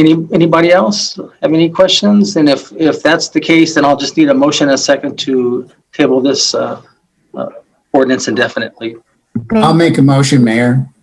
Okay. Motion made by To table Councilor Sorg. indefinitely. I'll second, Mayor. Motion made by Councilor Sorg, second by Councilor Beta-Stuvi to table ordinance 2966 indefinitely. Christine? This is on the motion to table ordinance 2966 indefinitely. Councilor Beta-Stuvi? Yes. Councilor Vasquez? Yes. Councilor Bencomo? Yes. Councilor Sorg? Yes. Councilor Flores? Yes. Councilor Gondara? Yes. Mayor? Yes. Okay, 8.5, Council Bill number 21-037, ordinance number 2970. Move to approve. Second. Second, Bencomo. Okay, motion made by Councilor Sorg, second by Councilor Bencomo. Adrienne Widmer will be discussing. Mr. Mayor, Council, thank you very much. Hold on a moment and let me share my screen with you.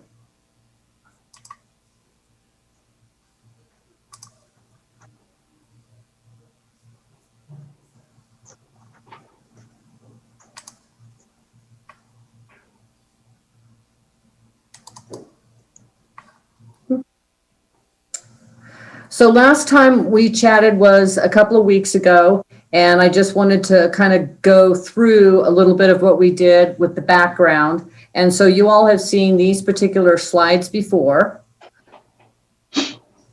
Just wanted to make sure you still had them.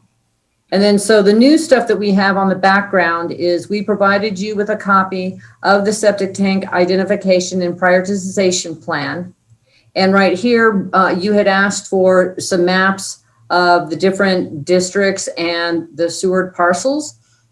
So we're providing those for you. As you can see in here, when this original plan was put together, the districts 5 and 6 were a little bit different. So this presentation is based on what the districts were at that time. So for District 1, the yellow in these areas show where unsewered parcels were identified at that time. Then on the right-hand side, as part of the background, it shows where some of the projects have been completed. So for instance, in that area, we completed part of the Alameda Acres Estates and Fred Way, and we did the connection on Doniana Road, the sewer extension, to pick those up. So that's part of the work that's been done in District 1. Then in District 2, this kind of gives you a shot. Again, it's the yellow areas within District 2. And on the right-hand side, it shows some of the sewers that has been completed, specifically in the Salopec Sunrise and the Orion Estates, so that you can take a look at that, including Olita Drive. In District 4, this gives you an idea of areas that appear to be unsewered in the parcels. We have not completed any projects in Council District 4 at this time. In District 5, where most of the unsewered parcels are located, on this particular one, there's probably a mixture of Council District 5 and 6. But if you can take a look at that, you'll see there, that's where the Lantana Estates actually are. And it includes Country Manor. And on the right-hand side, it shows where some of those have been taken care of. So a lot of those have been taken care of. This one is still in District 5, but it's in a little bit of a different area because it's farther east up US 70, which includes areas like Hacienda and Homestead Acres and Jefferson Lane and Davis. So right there, it shows where these are actually located and worked on. Also in District 5 was an area called Crawford Way, which is shown there, that has been completed. In District 6, that is the district that actually, based on its configuration from then, actually had the lowest number of unsewered parcels, with the exception of District 3, which had 0. So it's just that itty bitty little part right up in here that you can see.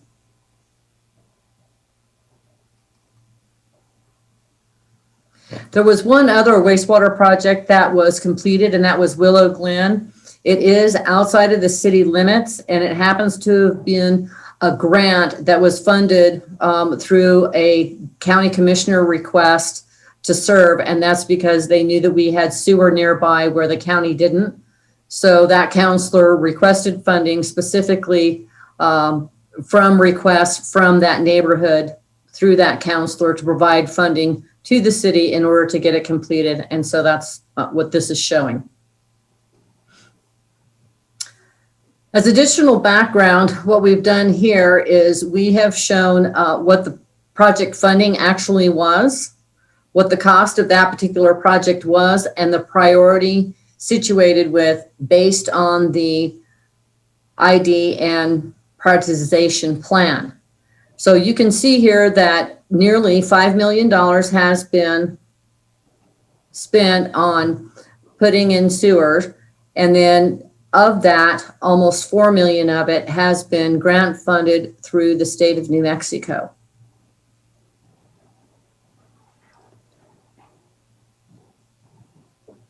The nice thing is you all had brought up even potential funding ways that people can get assistance, especially for the low income, because I know that you all were quite concerned about that.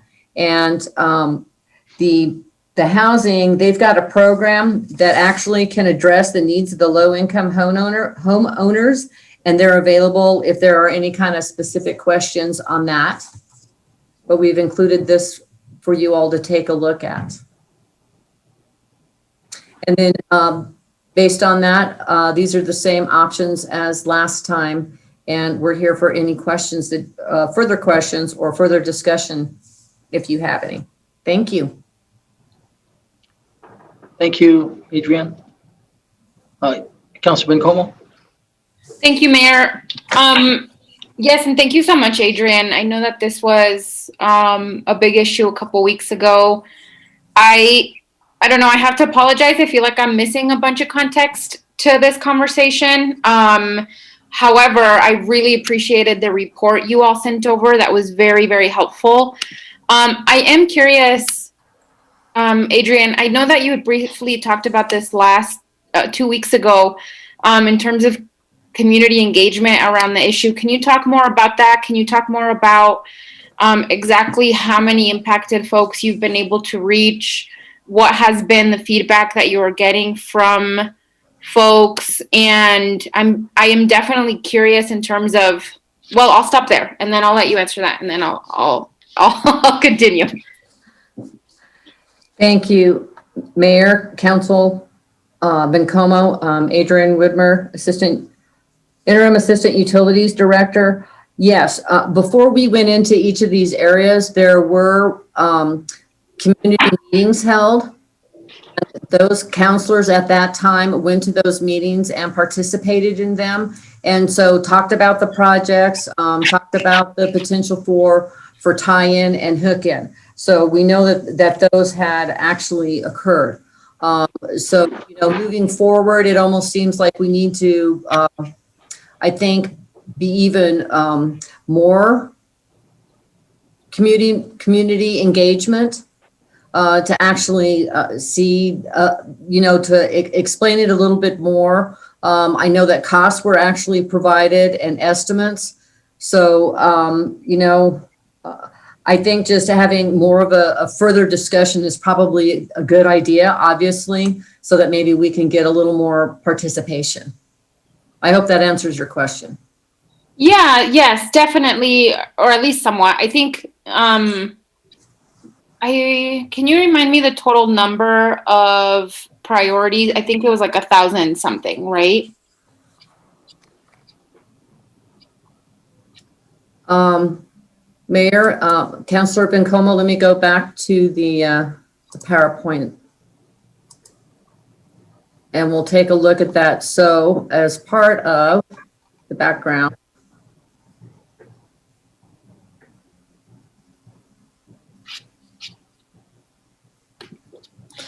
So there were almost 2,000 parcels that were identified. Now, when we talk about the number that are actually in the top and the high, that only is around 923. Okay. So in terms of, I know it's not a small number by any means, right? I know it would be a pretty significant chunk of work to try to, speak with every single person, but has that been, are you tracking that, Adrian? Are you tracking how many of these 900 folks you've spoken to? Mr. Mayor, Councilor Bencomo, I can certainly get with the team that has been doing the communication and see who's been going to the community meetings and who has actually, I guess, responded. You know, a lot of times people come to community meetings and they may or may not actually sign in that they've attended or otherwise. I mean, we always like for people to sign in so that we have an idea of how many people have come and who they are. And of course, if they have any comments or additional questions, but I can certainly find out if we have some tracking information. Yeah, that'd be great, Adrian. I know I certainly would like that, at least for District 4 folks, for sure.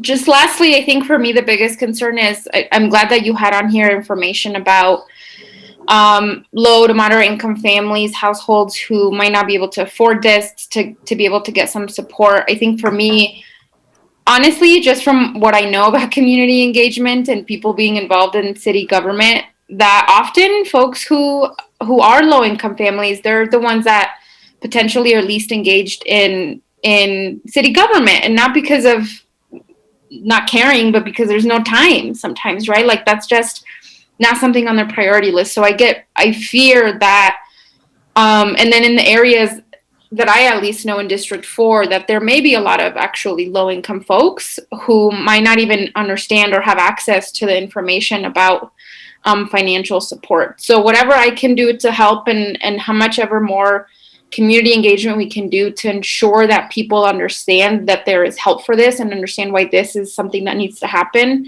to me feels really, really critical as we move forward.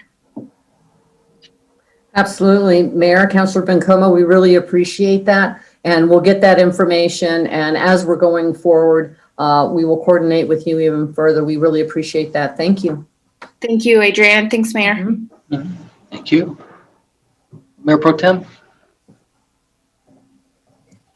Thank you, Mayor. Thank you, Adrian, for the presentation. I too appreciate the report, but I just got it and I wasn't able to read it in its entirety. I just went very briefly now as you were talking to look that there's 49 parcels in District 1 that would be affected, and without really taking a better look at the map. And so I'm concerned at how rapidly it came back to council.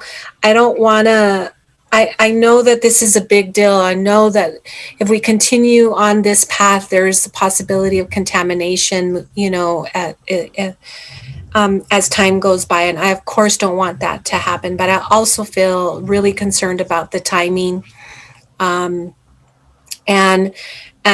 to Councilor Bencomo's point about people who come to these meetings, right, to have discussions about this, I just, the people that I think are affected probably aren't at the table, and so I'm concerned about that.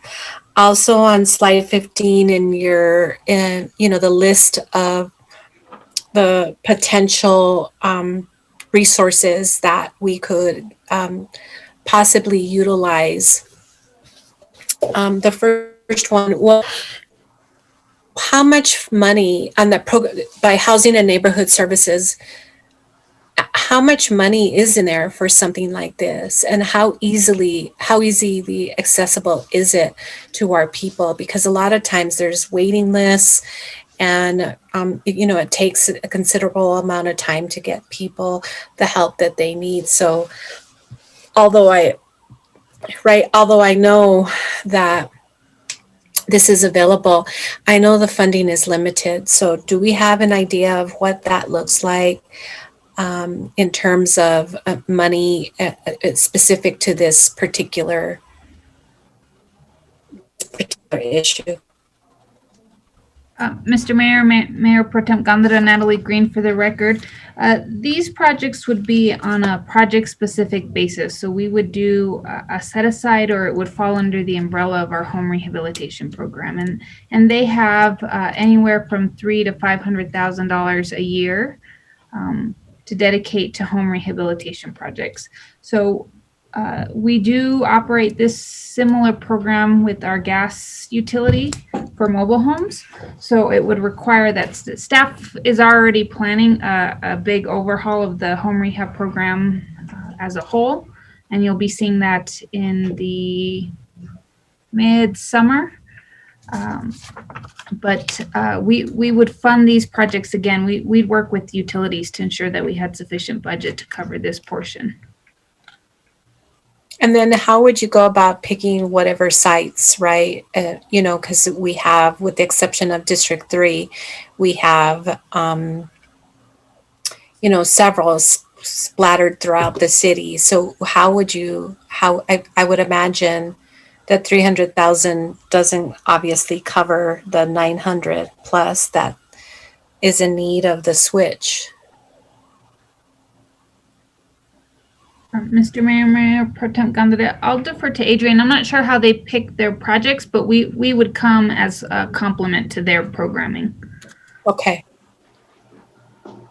Mr. Mayor, Mayor Pro Tem Gondra, and thank you very much, Natalie. So when it comes to prioritizing the projects, what we've done is we've started the projects, and one of the things they do is they try to stay with continuity.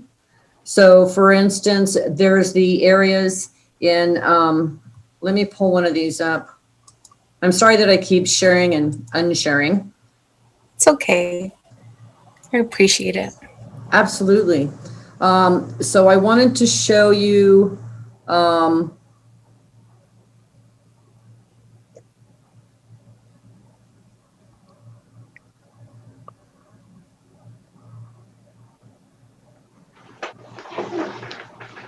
okay, let's talk about District 2, and that's only because, as you can see, there's quite a few there.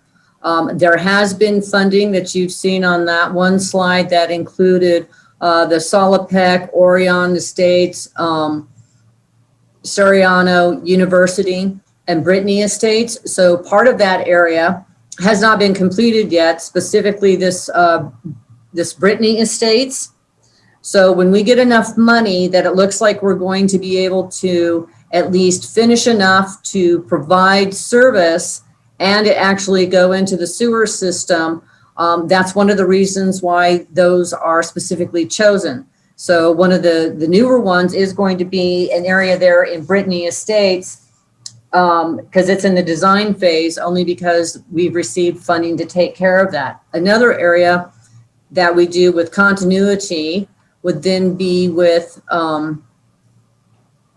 Hacienda Acres. So we've been working quite a bit with Hacienda Acres, and we keep working in that area to take care of that, because you can see how dense these areas are.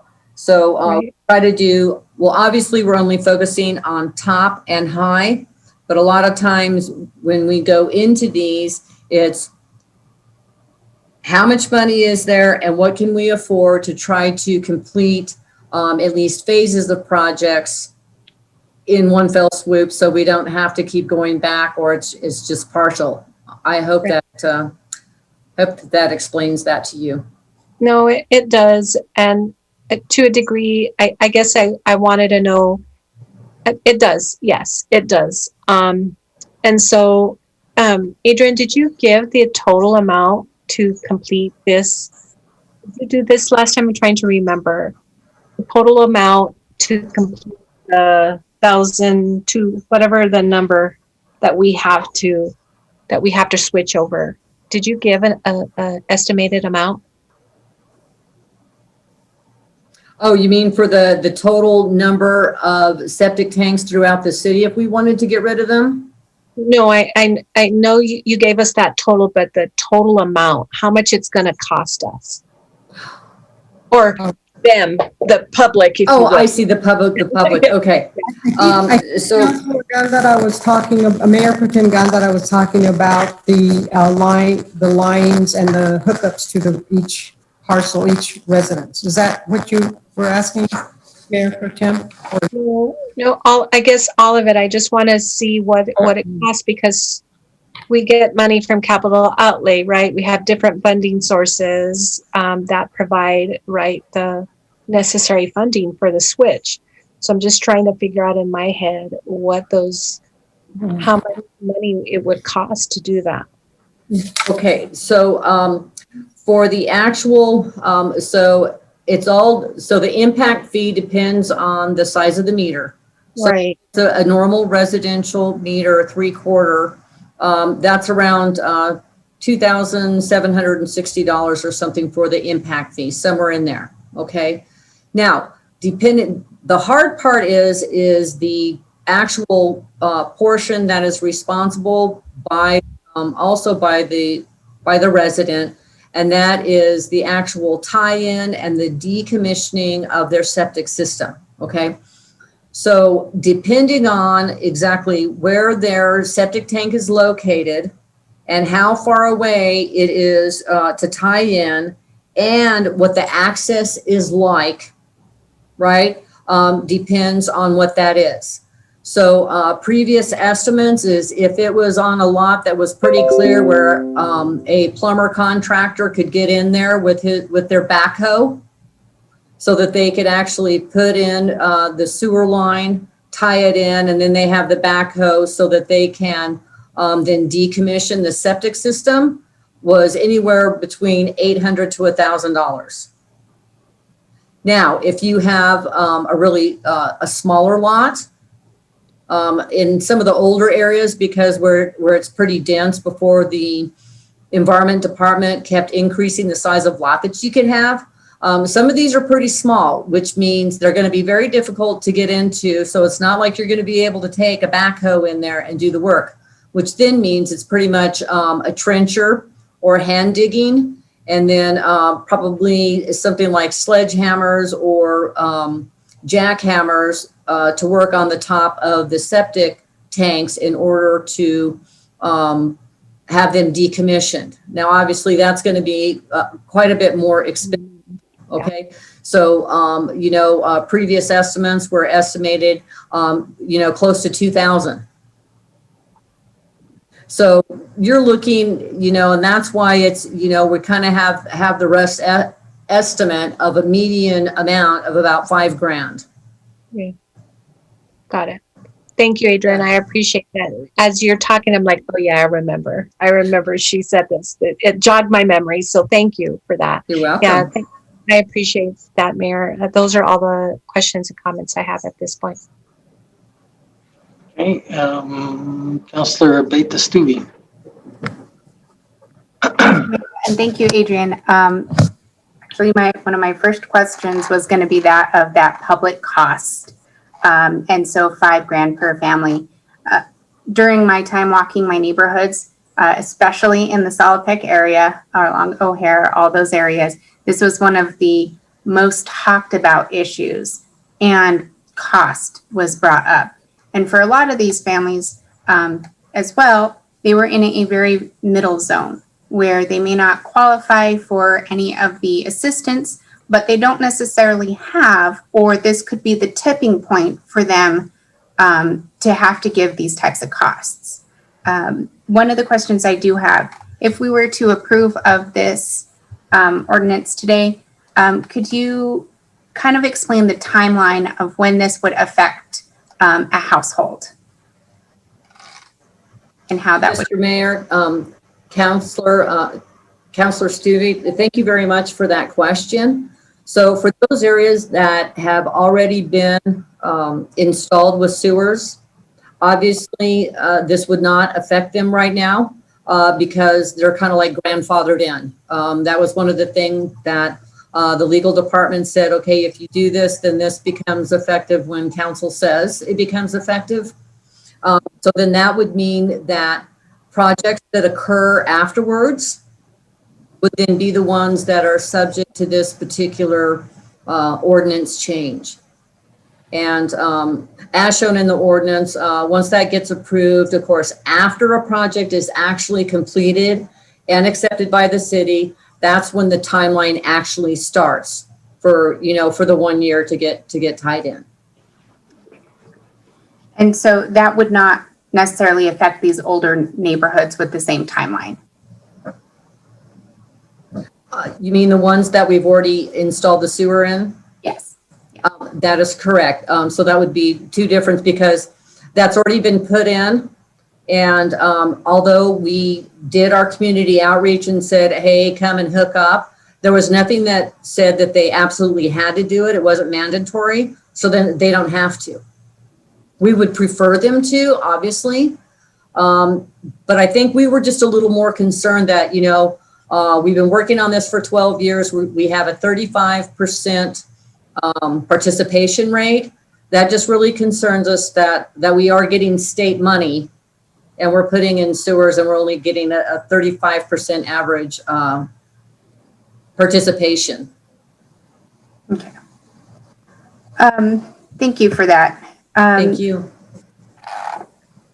Then let's see. One of the last ones then for the information that you gave us and the number of households, that was all of the ones that did not fall under the grandfather clause, or was that all together? You mean the 923 that are top and high? Yes. Okay, so that is the total number that we're focused on as far as top and high. So if we take the 928, and I'm sorry I have not done the math yet, so I'll do it now. And you take the 410 that we've already installed, then that means that this ordinance, based on what we're focusing on right now, which is top and high, that has the potential to eventually affect the 518 left that are in this particular report. Now, if additional projects come in through Public Works or the rehabilitation, a complete redo of a roadway and sewer is put in, obviously those people, and it doesn't matter whether they're top, high, middle, or low, that would also affect them. So that would have another 1,000 on there, depending, of course, when all this happens, because you know it takes a long time to put projects together, to get the money together and get it done. So obviously that's going to be quite a few years down the road to actually hit every area that actually has septics. Thank you. And thank you. Okay, looks like Councilor Sorg. Thank you, Mr. Mayor. Thank you, Adrian, for explaining this. It seems to me that I think the rest of the council wouldn't know this unless we explained it. There is at least one project in the city where the residents that paid for the sewer line in the street, as well as their connection, that was the Lantana. And that cost the residents there as high as much as close to $10,000. So those people that get these pipelines, the sewer lines as a grant, have a considerably less expense for it. Just so that the rest of council knows how this all works to get the whole picture. I was wondering about the timeline myself. Once you, and I was surprised to see, or not surprised, but I was interesting. It's important to know that we're not going to force those people that have the pipeline in front of their house now to be connected up like this ordinance would do, but only for new pipelines. But I would like to strongly suggest, no matter who it is, that that they're offered the well, I'll just say it, offered the May Montoya Easy Payment Plan for the cost of this connection, so that it's easier on their budget, where they pay monthly in their utility bills until it's paid off, the $5,000 or whatever the cost, or the $2,000, $3,000, whatever it happens to be. I would like to see that part of this whole project here going on. And in fact, those that aren't required to be connected right now, the same easy May Montoya payment plan too. Okay, Mr. Mayor, that's all I have. I think the rest of this is pretty straightforward. I think that's all I wanted to mention. Thank you, Mayor. Thank you. Councilor Bencomo. Thanks, Mayor. Thanks, Adrian, for the second round of questions. I'm sorry, I just want to make sure I'm like clear. Right now I'm like mud clear. I actually, to Councilor Sorg's point, is that an option then? Is there an option for a payment plan for folks who perhaps are above that low income threshold but cannot afford, you know, this expensive of an emergency? Mr. Mayor, Councilor Bencomo, thank you very much for the question. So what Councilor Sorg is talking about is the impact fee. So that one, there is the payment plan for 5 years, and it's got a pretty low interest rate, which actually helps with that. So that means once the project is completed, where they have the 1 year to actually hook up, if they want to, they do the payment plan on the impact fee, and then they hire their plumber to do the rest of the work, which just means there's like $2,600, $2,700 that they don't have to fund right away, because that can be on the easy payment plan that Councilor Sorg is talking about. Now, that doesn't mean, I think at the same time, I think in working with the housing group, we can find out whether these people can actually qualify for the funds, you know, for the other part. Okay. So make it a little bit clearer. Yeah. So the funding that Natalie spoke about that's available is for this remainder cost left over. Yeah, the plumber, the people's side. That is correct. That be able to, and Natalie can go ahead and, if you can explain that a little bit better, that'd be great. Thank you, Natalie. Mr. Mayor, Councilor Bencomo, so the way our programming would work, and I'll use this as a probably poor example, but Adrian mentioned Brittany Lane or Brittany Street. So if they tell us we're going to go in, we're going to complete this project, all those homeowners are going to have to connect to sewer, their timeline is going to start. Then housing staff will go outreach to every homeowner and let them know the program is available. We'll help them get income qualified. If they meet our program requirements, then we will pay for the contractor to hook them up to sewer, and that will be 100% grant. Now, if they are a renter, then we would anticipate the landlord would cover that cost. And then if they exceed our program limits, the 80% of area median income, then they presumably would have sufficient funding to hire their own contractor. Okay, that's perfect, Natalie. And part of my question was also going to be around renters, particularly in like mobile homes. If then the responsible party is then, I imagine, the owner of the property.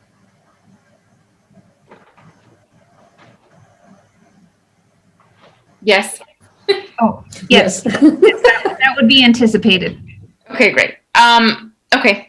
Yes, those were all my clarifying questions. Thanks, Mayor. And thank you both. Thank you. Councilor Flores, did you not have a question? You had your hand up and then it went down. Well, yeah, it was pretty much the same question that, or the impact fee that Sorg addressed. But Adrian, I was just wondering, when it comes to our respective districts, I would like to be able to address that with the constituents in Hacienda Acres. So I hope that there is a way to be able to communicate the options to the residents there. And so if Jamie, Rickman, and your department could let us know when to anticipate how soon these projects will start, to let people know exactly what they're facing. Because there's different scenarios here, and different populations will be affected differently, different parts of the city. So that's all I want to say. Thank you, Mayor. And thank you, Adrian. Thank you very much. Mr. Mayor, Council Flores, absolutely, we can definitely work with you. And I think one of the things we're going to end up doing is we're going to get with Natalie for even those that already have the sewer lines in front of their house, even though they would be grandfathered in and don't have to do it.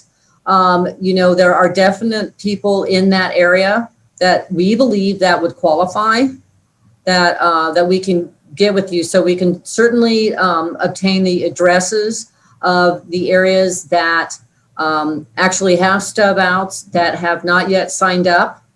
And then obviously, kind of what Natalie said is we're going forward for these new projects. We're going to do a lot more outreach to see if that assists.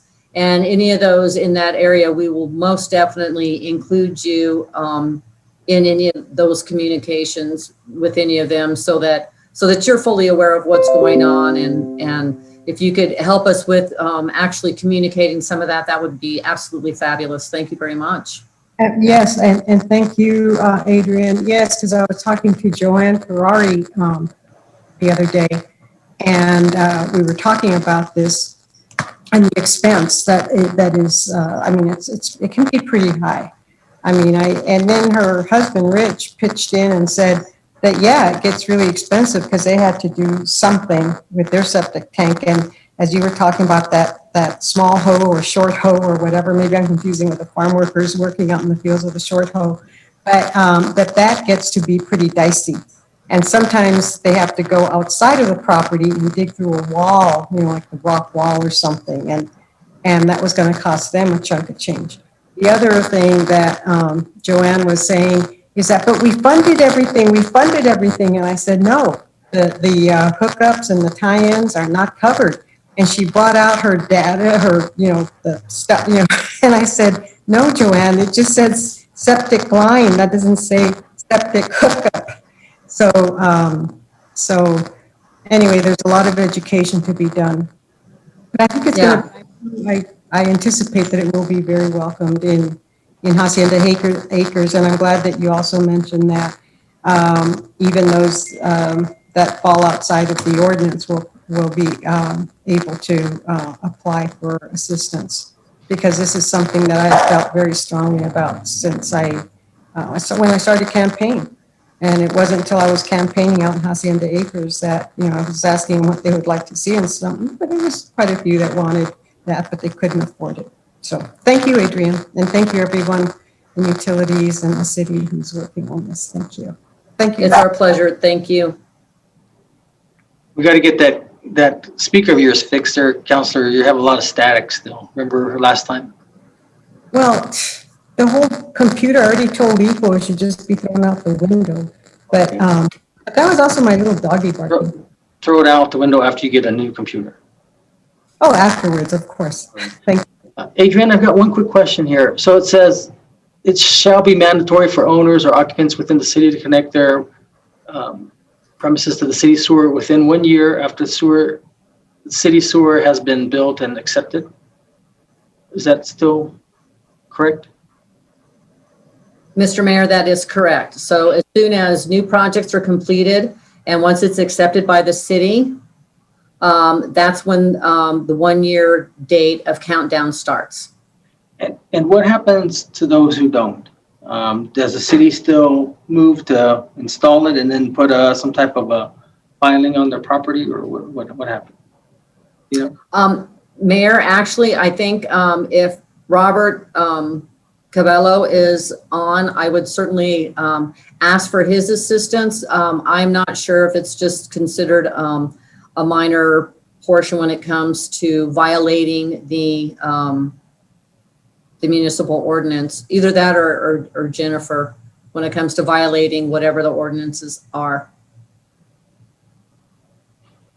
So I was thinking, if they did that, then that's a good that's a way to get it installed, and then if they ever sell their property, then whoever they sell it to has to pay the city that portion that's owed. All I was going to say was, if we did move in that direction, not to charge any interest. That was it. That's all I was getting at. So, that way there. And then if they were to get some type of funding or some type of assistance, then they could use that money to remove that lien off of it. But all I was just going to get at is, if we moved in that direction, they didn't pay, and we filed a lien, that we not charge any penalty or fees or interest. So it just sits there. We still get this accomplished. And then if they ever sell the property or anything, or refinance it or anything, then that's when they pay the city back. But we can look into that later. Councilor Beta-Stubbe. Thank you, Mayor. Actually, thank you very much for those comments. I appreciate that potential for an option for homeowners. My question was going to ask just a hypothetical, but if a person that had a home in one of the grandfathered areas, when they go to sell, are the new owners, does that clock start with them, or do they get grandfathered in? Mr. Mayor, Councilor Stubbe, that is, again, that's a very good question that I would, again, I could make a list of these and we can have legal take a look at it. Okay. Yeah, that's a really good question. I think when it comes time to actually selling, I think part of their disclosure would be, oh, and by the way, we have a septic tank and we have not tied into the sewer. Okay. Okay, thank you. Okay, anyone else? Okay, seeing none, Christine?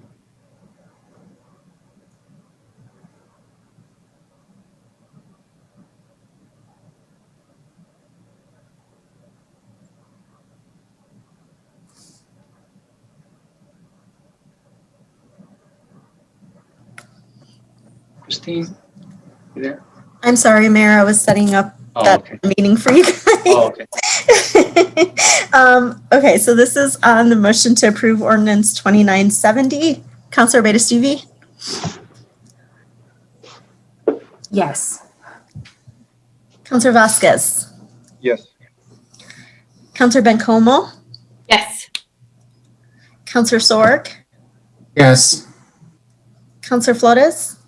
Yes. Councilor Gandara? Yes. Mayor? Yes. Okay, so now we're going to go to board appointments, and to the Senior Programs Advisory Board, Manuel Contreras, appointed by Councilor Sorg, District 5. Now, the next to the Senior Programs Advisory Board, we're going to need a motion and a second, and I need votes on those. And so, looks like a reappointment of Gabriel Montalvo, reappointment representing Munson. Need a motion and a second. I move to reappoint, Your Honor. I'll second that, Mayor. This is Sorg. Okay, motion made by Councilor Flores, second by Councilor Sorg. Christine? This is on the motion to reappoint Gabriel Montalvo to the Senior Programs Advisory Board. Councilor Beta-Stubbe? Yes. Councilor Vasquez? Yes. Councilor Bencomo? Yes. Councilor Sorg? Yes. Councilor Flores? Yes. Councilor Gandara? Yes. Mayor? Yes. Okay, now reappointing to the Pepin Center, Joanne Rodriguez Hott. Move to approve her appointment, reappointment. Second? By Flores. Motion made by Councilor Sorg, second by Councilor Beta-Stuby. Christine? This is on the motion to reappoint Joanne Rodriguez Hawk to the Senior Programs Advisory Board. Councilor Beta-Stuby? Yes. Councilor Vasquez? Yes. Councilor Bencomo? Yes. Councilor Sorg? Yes. Councilor Flores? Yes. Councilor Gondeta? Yes. Mayor? Yes. Reappointment to the East Side Center, Mr. Rudy Alvarez.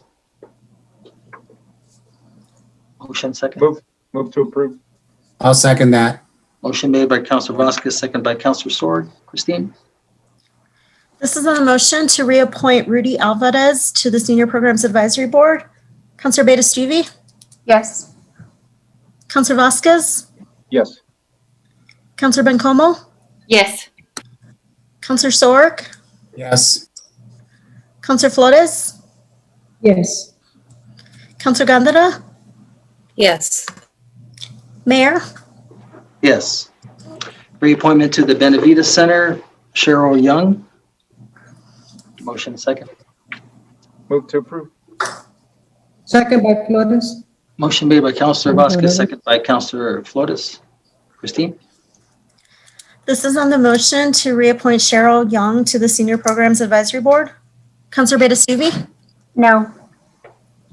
Councilor Vasquez? No. Councilor Bencomo? Yes. Councilor Sorg? Yes. Councilor Flores? Yes. Councilor Gondeta? No. Mayor? Yes. Okay, to the Historic Preservation Commission, reappointment of David Chavez. Need a motion and a second. I so move. Flores. Is there a second? Second? Second. Okay, motion made by Councilor Flores, second by Councilor Beta-Stuby. Christine? This is on the motion to reappoint David Chavez to the Historic Preservation Commission. Councilor Beta-Stuby? Yes. Councilor Vasquez? Yes. Councilor Bencomo? Yes. Councilor Sorg? Yes. Councilor Flores? Yes. Councilor Gondeta? Yes. Yes. Mayor? Okay, reappointment of Sandra Marshall to the Historic Preservation Commission. Need a motion second. Move to approve that. Second? Motion made by Councilor Sorg, second by Councilor Beta-Stuby. Christine? This is on the motion to reappoint Sandra Marshall to the Historic Preservation Commission. Councilor Beta-Stuby? Yes. Councilor Vasquez? Yes. Councilor Bencomo? Yes. Councilor Sorg? Yes. Councilor Flores? Yes. Councilor Gondeta? Yes. Mayor? Yes. Okay, so next is going to be notice of proposed ordinances. Now, I know we've never really done this before. Usually when we have closed sessions, we usually start it at either before our meetings or after our meetings. But I just realized some information that came up. In fact, if you notice, one of the questions that I brought up in one of our previous items, I would like us to go into closed session to discuss the sale or disposal of City of Las Cruces property. Probably only need 5 or 10 minutes. Jennifer, did you want to say something or add to that? Or? Mayor and Council, you may go into closed session. If you announce the purpose for the closed session, there needs to be a motion and a vote to go into closed session, and it would be for the specific purpose of talking about proposed ordinance number 21038, an ordinance authorizing a real estate purchase agreement between the City of Las Cruces and Silicon Ranch Corporation for the sale of 139.71 acres of municipally owned land. including the cancellation of the existing ground lease between the City of Las Cruces and Silicon Ranch. You may have a motion in a second and vote on that if you would like to go into closed session, and then we can break out, and then we'll have to return back to open meeting after that is concluded. So moved. Okay. Second by Flores. Motion made by Councilor Vasquez, second by Councilor Flores, that we go into closed session to discuss item 10.1, the real estate purchase agreement or sale or disposal of City of Las Cruces property. Christine? This is on the motion to move into closed session to discuss ordinance 2971 regarding real estate property. Councilor Beta-Stuvey? Mayor, I had a quick question just for Jennifer before I take a vote. Okay. And that was just to make sure we do not have to give out any time notices for this meeting. We're not subject to giving out. Mayor and Councilor Beta-Stuvey, you may do this per 72-hour advance notice, as long as it is announced and voted upon, and the specific reason for going into closed session is adhered to. And then when you return back from closed session, if a determination was made, you have to publicly state what that determination was. Okay. Thank you for the clarification. Yes, Christine. Vasquez? Yes. Councilor Bencomo? Yes. Councilor Sorg? Yes. Councilor Flores? Yes. Councilor Gandara? Yes. Mayor? Yes.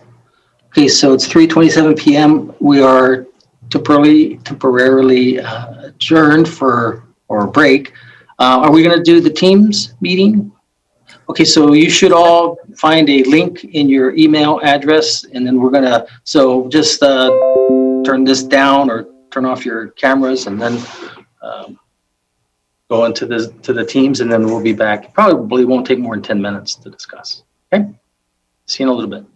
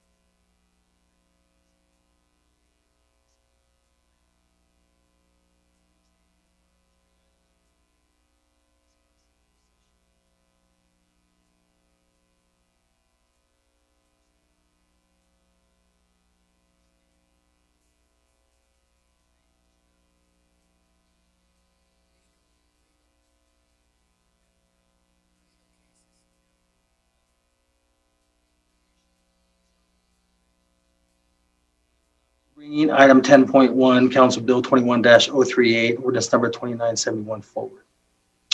Okay. All right. So now we're going to go to council member board reports and comment. So, Mayor, yes. did you make a determination about the proposed ordinance? Oh, yeah, we will not be bringing it forward. Okay. Let's see, and now we're going to council comments. The only thing I have is I wanted to run something by you. So lately, I've been noticing a lot of these jumping balloons, and you know, the ones that people can rent. And I don't believe that I don't know where they're renting them from, but the other day I saw it in El Paso. The winds were 55 miles an hour, and I mean, it blew away. In fact, 2 or 3 children got hurt.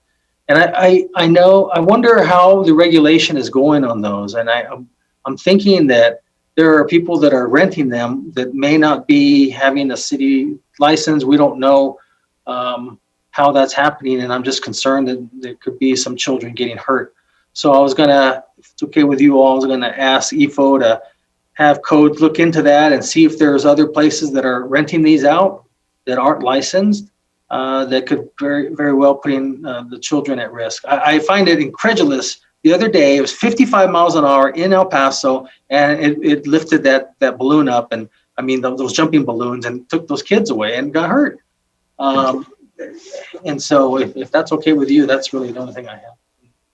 Ask EFO to look into that, and then perhaps bring back something if we don't have anything on the regulations and codes to bring that back and have that kind of as a safeguard. Just to let you know what we've done in the past, there was a time where it was not required that there be like a little fence around a swimming pool. And now that's a requirement. And so, you know, and then there's another requirement that the city has on trampolines, that they have like a guard around it when the kids are playing, because kids were jumping and then they were just jumping off and getting hurt flying in the air. So the city has taken proactive measures, and this is one that I'd like to take a look at. Okay. Okay, Mayor Pro Tem.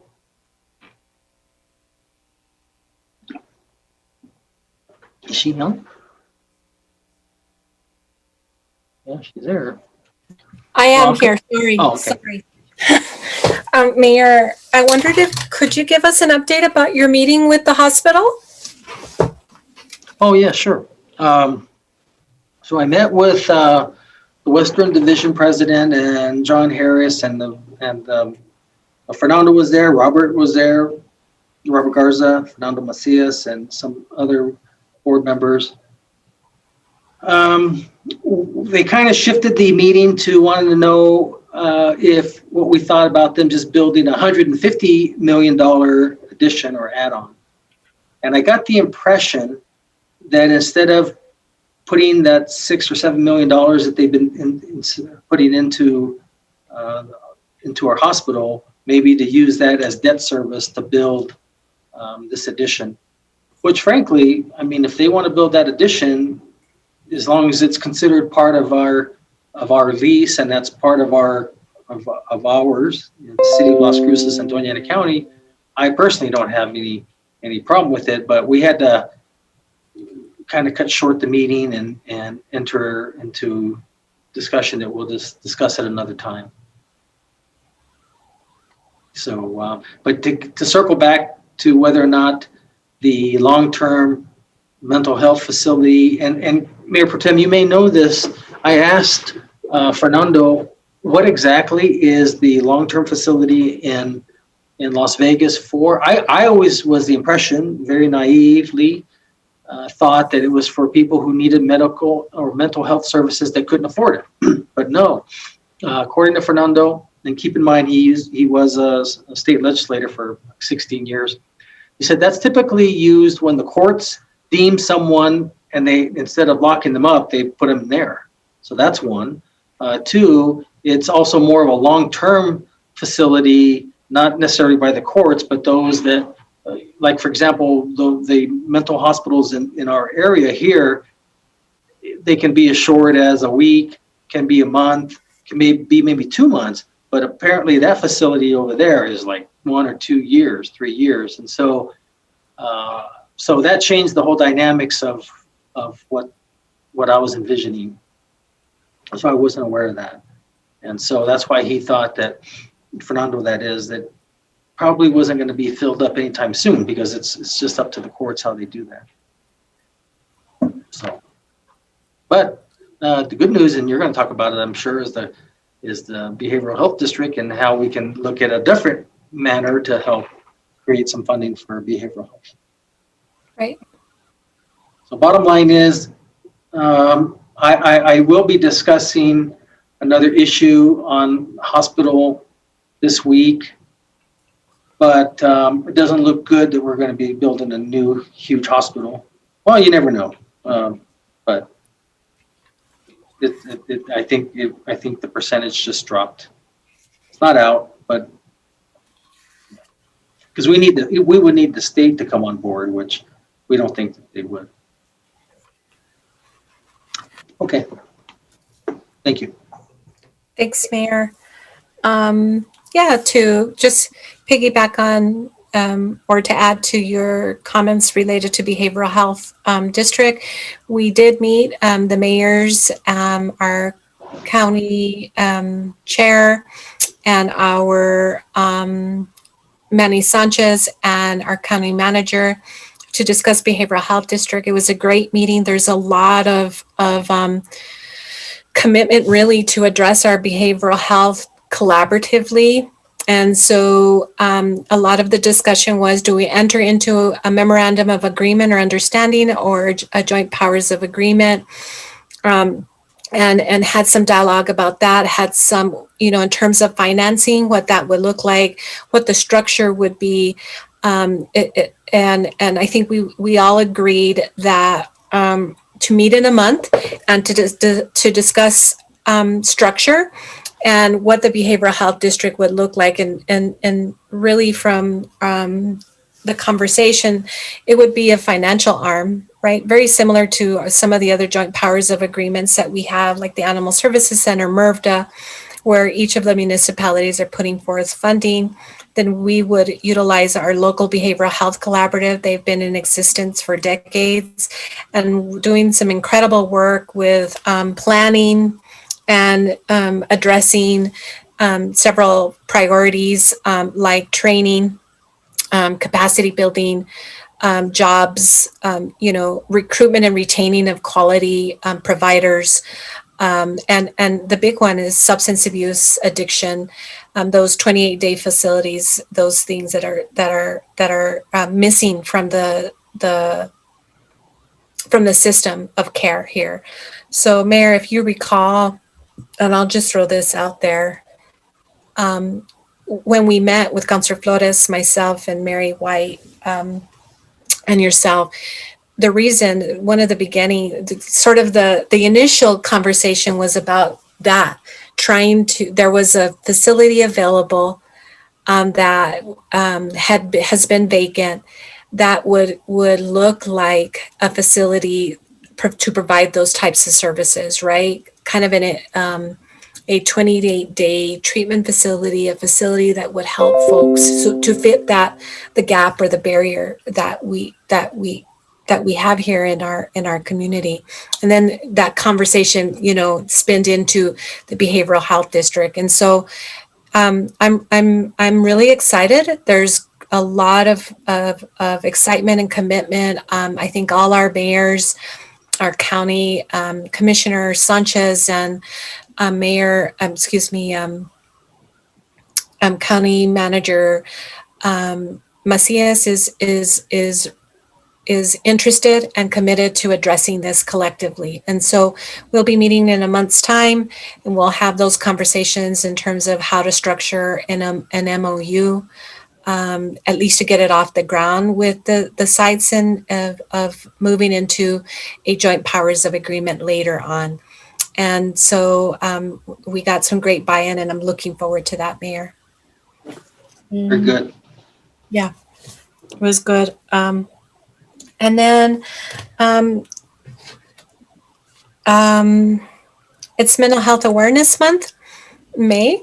And so there's a particular day, a particular color green that throughout the month, if you wear that,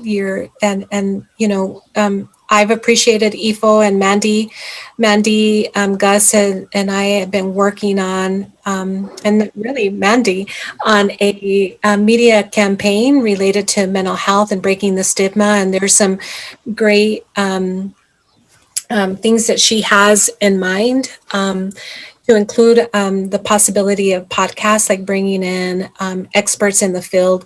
And so you'll start seeing a lot of information being put on our social media platforms.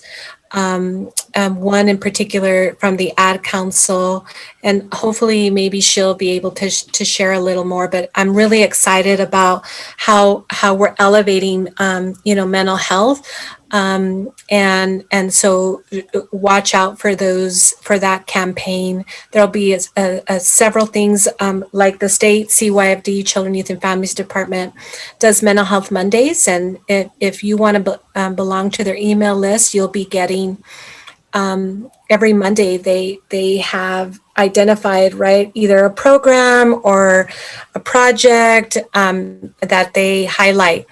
And you get that without fail every Monday. And some of the other groups, like our Suicide Prevention Task Force, Mayor is working on with the schools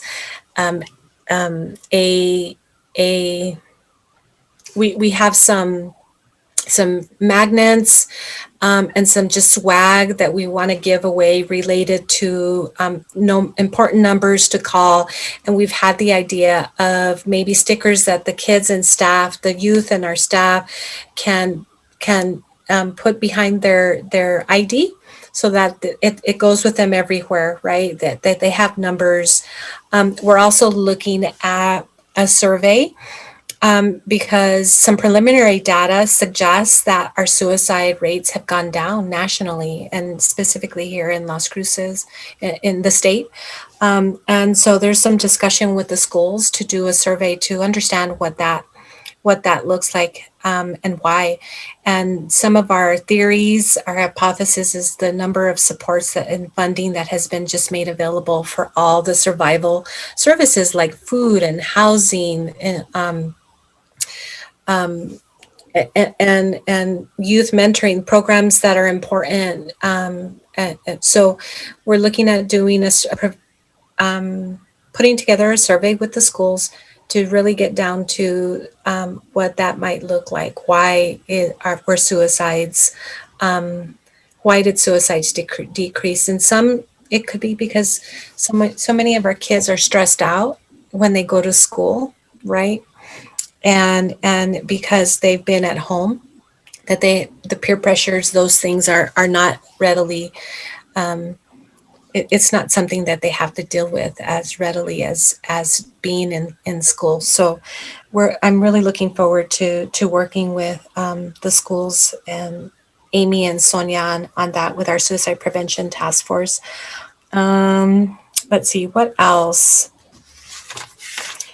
I think, Mayor, that's really all that I wanted to. In looking through and I've let Ifo know this. Our COVID website, is down on our website, the city website, and I wasn't sure why, but I think it's important to continue to have that, so people can peruse through there and understand what the latest. What status we're in, and I know Aoife was going to figure out why that is, but it's not on our website currently. I don't know how long it's been down, but I'm recommending that we put it back up. I know we're turning a corner and getting more people vaccinated, but that information was really important for lots of folks to see, to understand where we're at in terms of our red-green campaign, and where you get supports. It's missing, and so I wanted to say that publicly, that I'd like for it to be put back on. And I want to lastly commend our Economic Development Department. Dr. Payares did a presentation related to our resilience leaders on Friday. And I think he got some really good feedback. And the presentation was similar to what we received, Councilor Flores and Councilor Sorg, related to the Opportunity Las Cruces and Support Las Cruces programs that are made specific to address our TANF population, and helping them get certifications and higher paying jobs, right, in terms of building wealth. And I've heard nothing but positive feedback from Resilient Leaders members in relation to to the presentations. And I just want to remind them that I think one of the more important things is not to go so fast. I know they want to get this off the ground in the summer. And one of the things that I think we heard loud and clear is the importance of mentoring, matching our mentors with the participants, ensuring that we're trauma informed, because it's very, very difficult to work with a population, especially our impoverished population, because there's so much trauma. There's even small things like making sure they're housed, right? That they have a house. And those are things that I've already had subsequent conversations with EVO about. And also about getting either a scholarship or funding that is made available to them related to universal, maybe a universal income. And I know Councilor Bicomo is working on that. And I just want to remind staff and EVO how important those things are to be established. To have the right people working with this population is extremely important. And when I say the right kind of people, I mean trained up in trauma, trained up in understanding poverty and case management, and being able to really provide the warm handoffs that are necessary to get these two programs off the ground. And so with that, Mayor, I will turn it back over to you. Thank you. All right. Thank you. Councilor Flores. Thank you. Thank you, Mayor. I just wanted to recognize our teachers today. This week is Teacher Appreciation Week. And Eileen Van Wee, who is co-president of the League of Women Voters, her opinion piece or whatever, letters to the editor or your view, whatever it is, was actually it ran in yesterday's newspaper, and she used a quote which I thought was very interesting. And she wrote this beautiful, it was like an ode almost to teachers, and it brought memories back to my childhood of how having a good teacher in the third grade, after having two horrible teachers, where I was cutting school when I was in second grade, and I was basically a dropout, and that's when children actually drop out of school. By the way, by the time they're in first or second grade, if it's not working for them at that level, at that age, they become they're mentally not engaged. So, and there's just so many issues. But it wasn't until I moved to California and had this wonderful teacher that just, had it not been for her, I really don't know, because it was very, very, very traumatic. So I hope you all have an opportunity to read Eileen Van Wee's little letter to the editor. But she used a quote, which I thought was very interesting. Her quote was attributed to Darwin, Charles Darwin. And this must come from The Origin of the Species that he wrote. But the quote is, "Not the strongest, not the most intelligent, it is the one most adaptable to change that survive." And, and this is survival of the fittest. So, and it's interesting because I see all of my teachers, they were my teachers, and then colleagues and a lot of my friends. I do find them to be very strong and very intelligent. But Darwin, I think, really hits the nail on the head when he says it's adapting to our environment. and it makes us stronger. And I also want to say that I'm really happy. I've said this before, but it just makes me really happy to see that our mayor, our city council, all of us, well, we're considered the city council, all of us, are so in line with what our community needs and putting those needs first before all else. So, and I really want to just point that out. And also, I'd like to recommend a book for all of us to read. The book is by Barbara Ehrenreich, Nickel and Dimed to Death. So just recommend that book. It's an easy read, interesting. And that's it, Mayor. Thank you, everybody. Thank you, Mayor. Thank you. Councilor Sorg? Yeah, thank you, Mayor. I just wanted to let everybody know that the Utilities Department has a new online billing service that's called Utility Hawk. Besides handling your bills for your utilities, it also watches your use of water in case you have a leak or something's going wrong. You can be alerted on that page. And then I'm going to propose a resolution for the council to consider dealing with park impact fees. As you know, we have a housing boom going on here in the city, and there's houses being built everywhere. So I'm proposing this resolution that will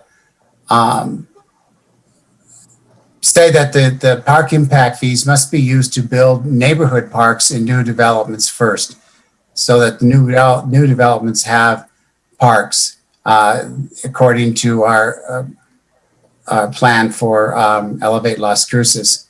And then the excess fees that will be generated by park impact fees are used other places in the city, such as community or regional parks. Parks that have ball fields for soccer and pickleball and so forth. According to my calculations that I'm using the park master plan, the impact fees will build neighborhood parks at a rate of about 2+ acres per 1,000 population, which is the level of service that we have in the older part of the city, for the oldest part, and that still will allow a significant amount of money to go to regional parks. So this is a resolution I want to propose for the council to consider. Thank you, Mayor. Okay. Thank you, Councilor. Send me that when you have a chance, please. Oh, I did already. No, okay. And I sent you last Thursday or Friday. Okay. Councilor Bencomo? Thanks, Mayor. I just wanted to note that I actually, Nickel and Dimed was a book I read in undergrad, and I absolutely agree.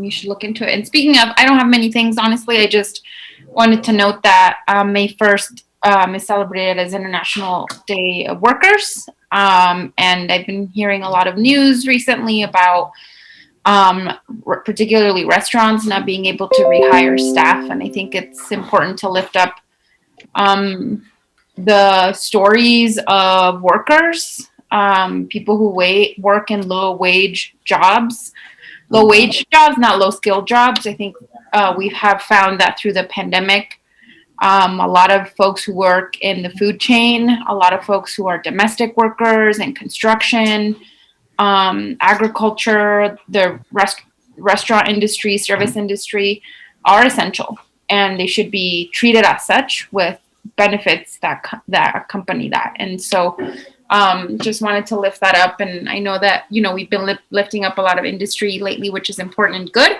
And I think it's important that we also think and recognize workers all across industries, all across wages, and just really make sure that we can keep fighting for the rights of workers to include living wages, paid sick leave, and other benefits. But that's all I have here. Thank you. Okay. Councilor Vasquez? Thank you, Mayor. I too do not have too many updates today, but I did want to thank members of the council and yourself, Mayor, for figuring out how we can get the Via Mora Park funded and open to the public in a timely manner, and certainly being part of the whole Madrid extension possibility is even more exciting in terms of what that area could turn into. But do want to take advantage of that green space that we do have currently there. And so I'm excited for that work session. Mayor, you let me know if you need anything from me to get that going. But I think it's a good first step to making sure that we, I know there was some proposals put out here about using some of our unreserved funding to potentially, as we said, make some basic improvements to the park and have a resolution to turn this into a park, sooner than later. And so that's exciting, and look forward to that. I don't have any other updates today. So thank you, man. Thank you. Okay. Councilor Beta-Stubbe. Thank you, Mayor. When you talked about, I'm going to move first to jumping balloons and those bounce houses that you were talking about. Most places that are around here that I know of, usually there does need to be some sort of insurance as well for those companies in case of injury for anybody that's using the facility. And then there's waivers for whoever is renting those items to sign. So that's just something to think about. And yes, those things can take off quite easily if they're not anchored down securely, especially if you have them on the concrete or driveways, if they're placed there for a party. So I want to take a moment just to thank Jamie Rickman and her team. They have been working with me on creating a monthly newsletter just as a way to improve communications throughout our community and establishing a way to communicate that will center the conversation around the district rather than the counselor, because we will come and go. But all the information that is collected, the way that they have, it will be a very easy way for residents to get this information for their district and to stay connected, no matter who is in this seat. So I think people saw my first issue and we'll have another one coming out. There's a lot of work that can be done, and it's a great way for us to think beyond that on doing neighborhood branding and really being able to target in on the needs of the different parts of our community within our district. So I do want to thank Jamie so much for working with that, and for Carla as well. In our district, just since we're in a public format, I thought it might be good to mention that along Fairway Avenue between Imperial and Pomona, there is going to be a traffic calming speed table placed here soon, I think much to the joy of the residents. And that will be starting, I believe, on Wednesday. Also Wednesday, May 5th from 9 to 1 on Stern Drive in Bouts near the Carry-On area. There is going to be a water outage as they help connect a new line to the water system. So those are the big items. And yes, thank you again to all the teachers who are working double time, making sure that they're teaching those in-person and remote learners. I'm sure everybody is going to be very excited for a little bit of the summer. And thank you, Mayor. Thank you, Councilor. Okay, Ifo. Thank you, Mayor and Council. Just a few update items. First, I just want to go through some of the work sessions that were requested by the council. Just give you an update on when they're scheduled. On May 10th, we'll have the police auditor introduction. Also, information from Saul Ramirez on Las Cruces public art during the annual Las Cruces City Art Board update. That would be, that's May 10th. Also, Animal Services Center update will be provided to you during the Geo Bond quarterly update on May 10th as well. There will be an infill development and preventing gentrification discussion on May 24th. Also, the legislature 2021 session updates and impacts from Mary Haran will be on May 24th as well. And as well as the police department update. Also on June 14th, that's when we plan to bring the ARPA, American Rescue Plan Act work session to you with the plan for discussion. So that's going to be on June 14th. And then there were some requests earlier, just wanted to, I think council's aware, the request was to make sure that all the resources that we were providing for vaccinations were provided in Spanish as well, and that's all been done for those events and other opportunities. And then, as was mentioned, today most city staff returned to on-site work. The plan is to continue phasing that and be in step with the 1st of July opening of City Hall. We'd like to see if we can move that as soon as possible as we're working through some of the logistics, bringing everyone back on site and making sure we're still following social distancing and protocols. And but you'll see the parking lot's a lot more full today, as it's more full today as it's been definitely since I've been here. But I think that's all I have, Mayor. Thank you. Thanks, Ifo. In light of that, then let's shoot for July 12th. If everything goes well, a work session there at City Hall will bring us all back. And then that'll give us a nice, that'll be a work session, and then we'll be ready for the following week for council meeting. So great. Thank you. Good. Boy, that's been a year and 4 months. Still haven't met you yet, but no, I'm just kidding. Just one time. All right. Good enough. Thank you, everyone. Need a motion and a second to adjourn. Move to adjourn. Second by Flores. Motion made by Councilor Sorg, second by Councilor Flores, that we adjourn. Christine? This is on the motion to adjourn the regular meeting. Councilor Betastuvi? Yes. Councilor Vasquez? Yes. Councilor Bencomo? Yes. Councilor Sorg? Yes. Councilor Flores? Yes. Councilor Gandara? Yes. Mayor? Yes. Okay, it's 4:56 p.m. We're adjourned. Thank you, and have a good evening. Okay, bye.